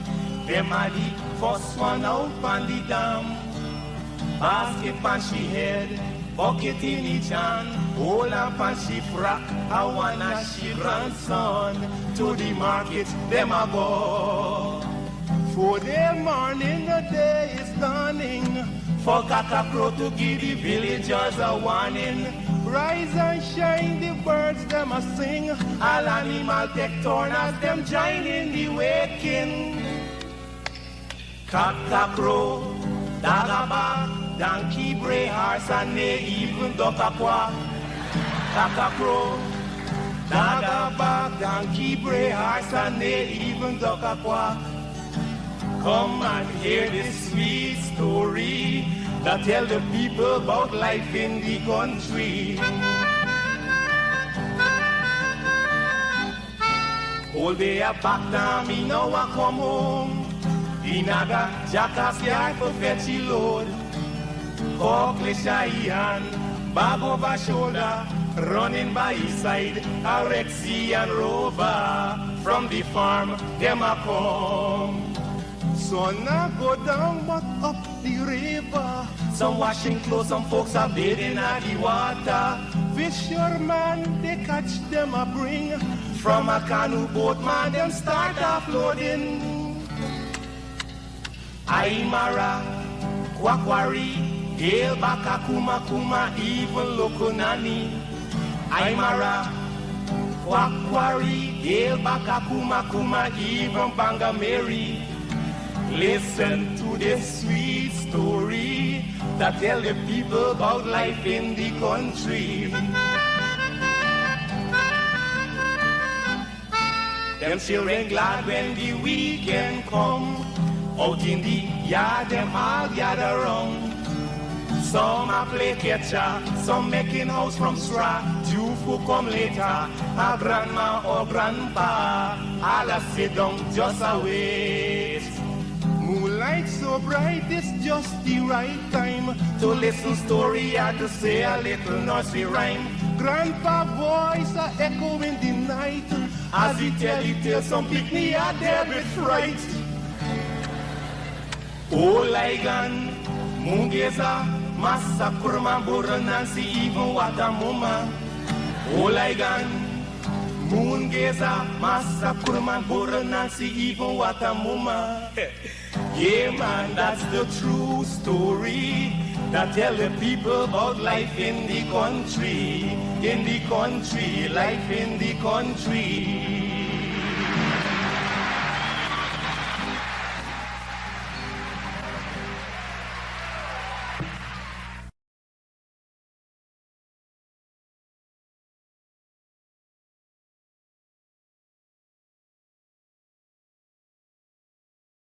That little ditty we used to torment our teachers with when we were kids goes something like this. Onward, upward, Mary had a go.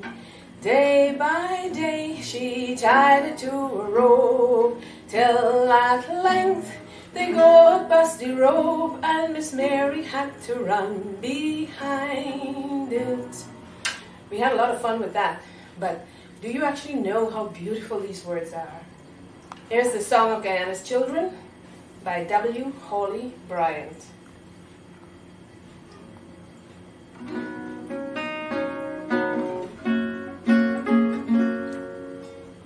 Born in the land of the mighty Roraima, land of great rivers and far-stretching sea, so like the mountains, the sea and the river, great, wide and deep in our lives would we be.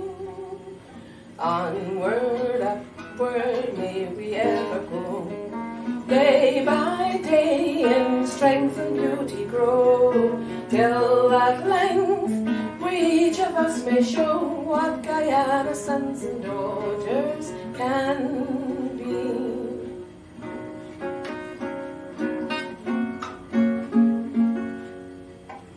Born in the land of Kaijur, shining splendor, land of the palm tree, the croton and fern, we would possess all the virtues and graces, we all the glory of goodness would learn. Onward, upward, may we ever go, day by day in strength and beauty grow, till at length we each of us may show what Guyana's sons and daughters can be.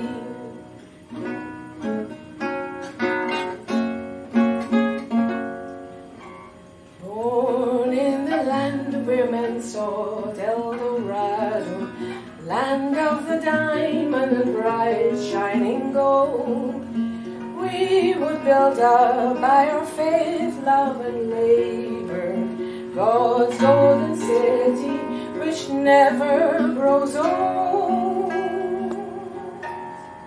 Onward, upward, may we ever go, day by day in strength and beauty grow, till at length we each of us may show what Guyana's sons and daughters can be.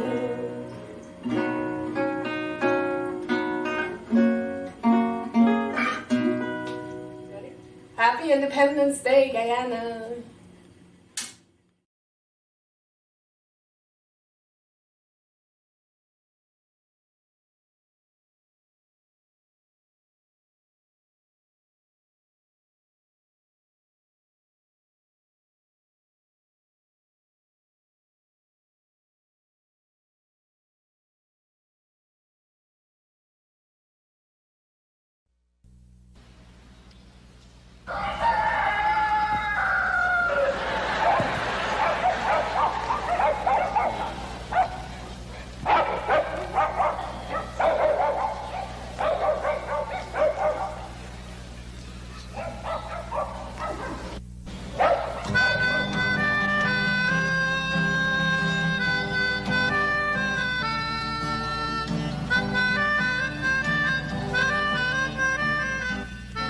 She put a pot on she hair and gone.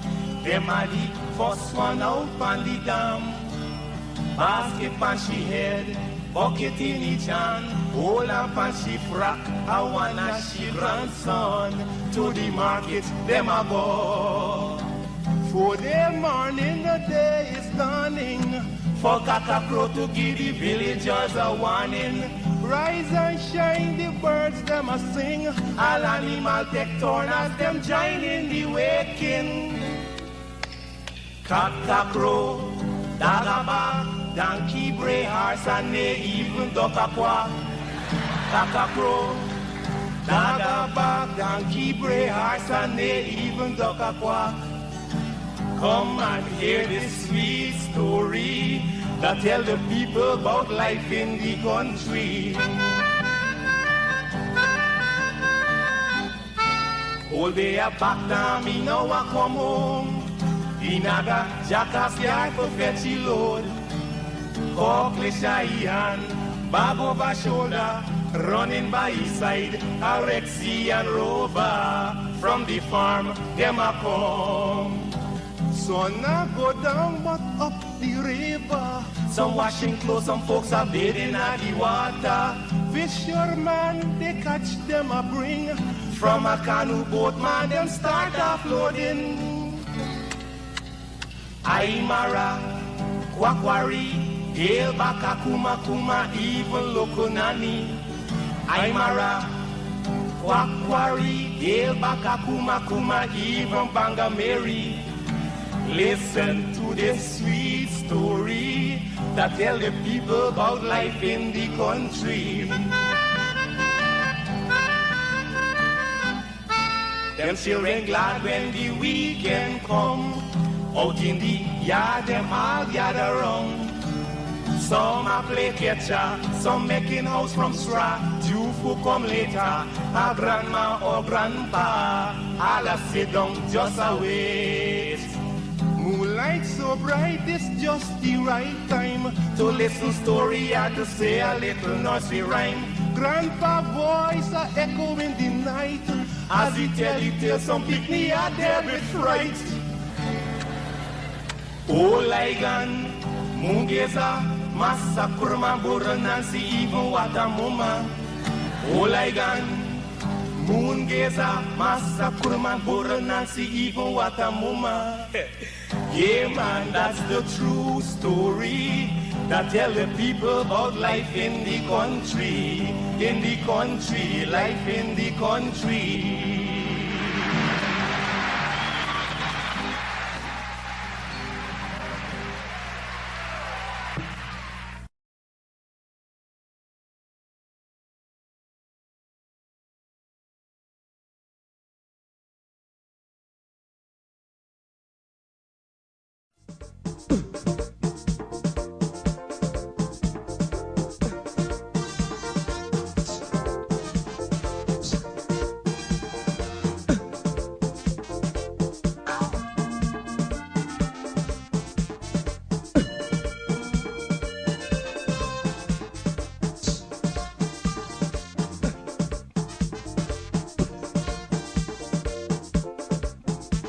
I'm in the mood, I'm feeling rude, I'm feeling hot, I want to run.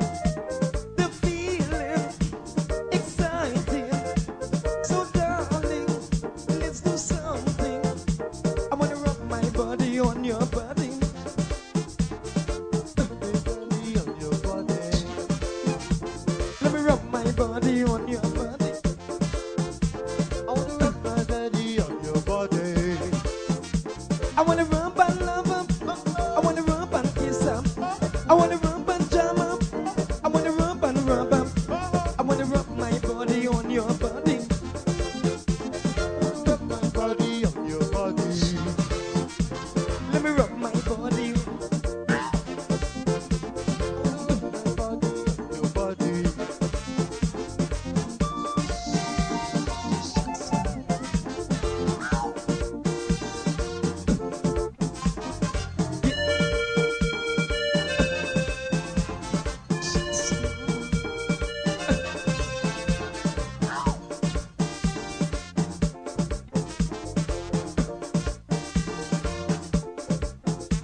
I just get paid.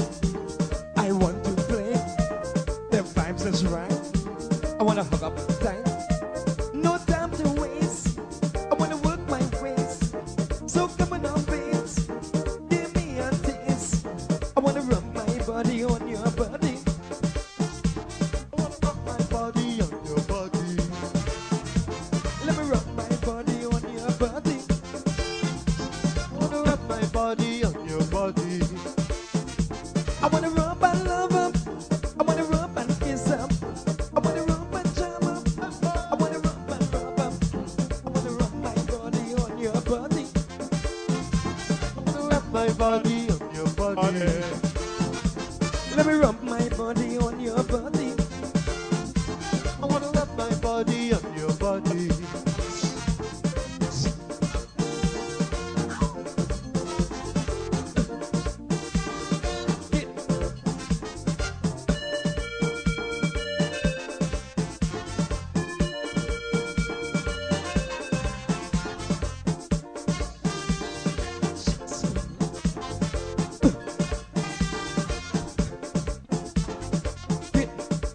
Well, you know, I'm feeling, I'm feeling, I'm feeling, I'm feeling, I'm feeling, I'm feeling, I'm feeling, I'm feeling, I'm feeling.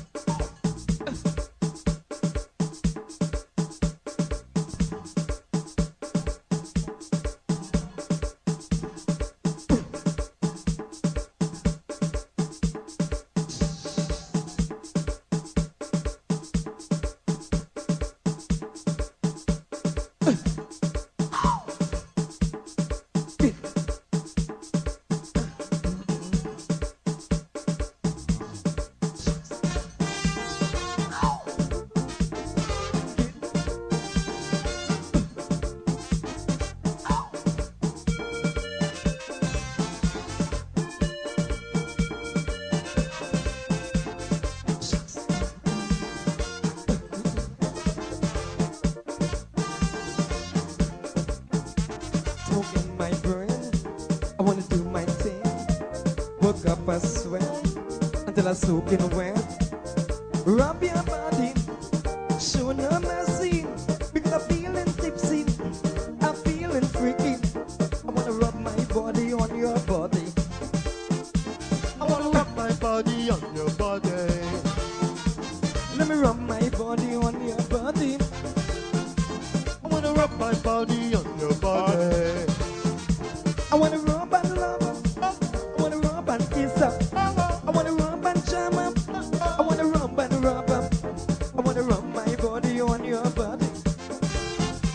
I wanna rub my body on your body. Let me rub my body on your body. I wanna rub my body on your body.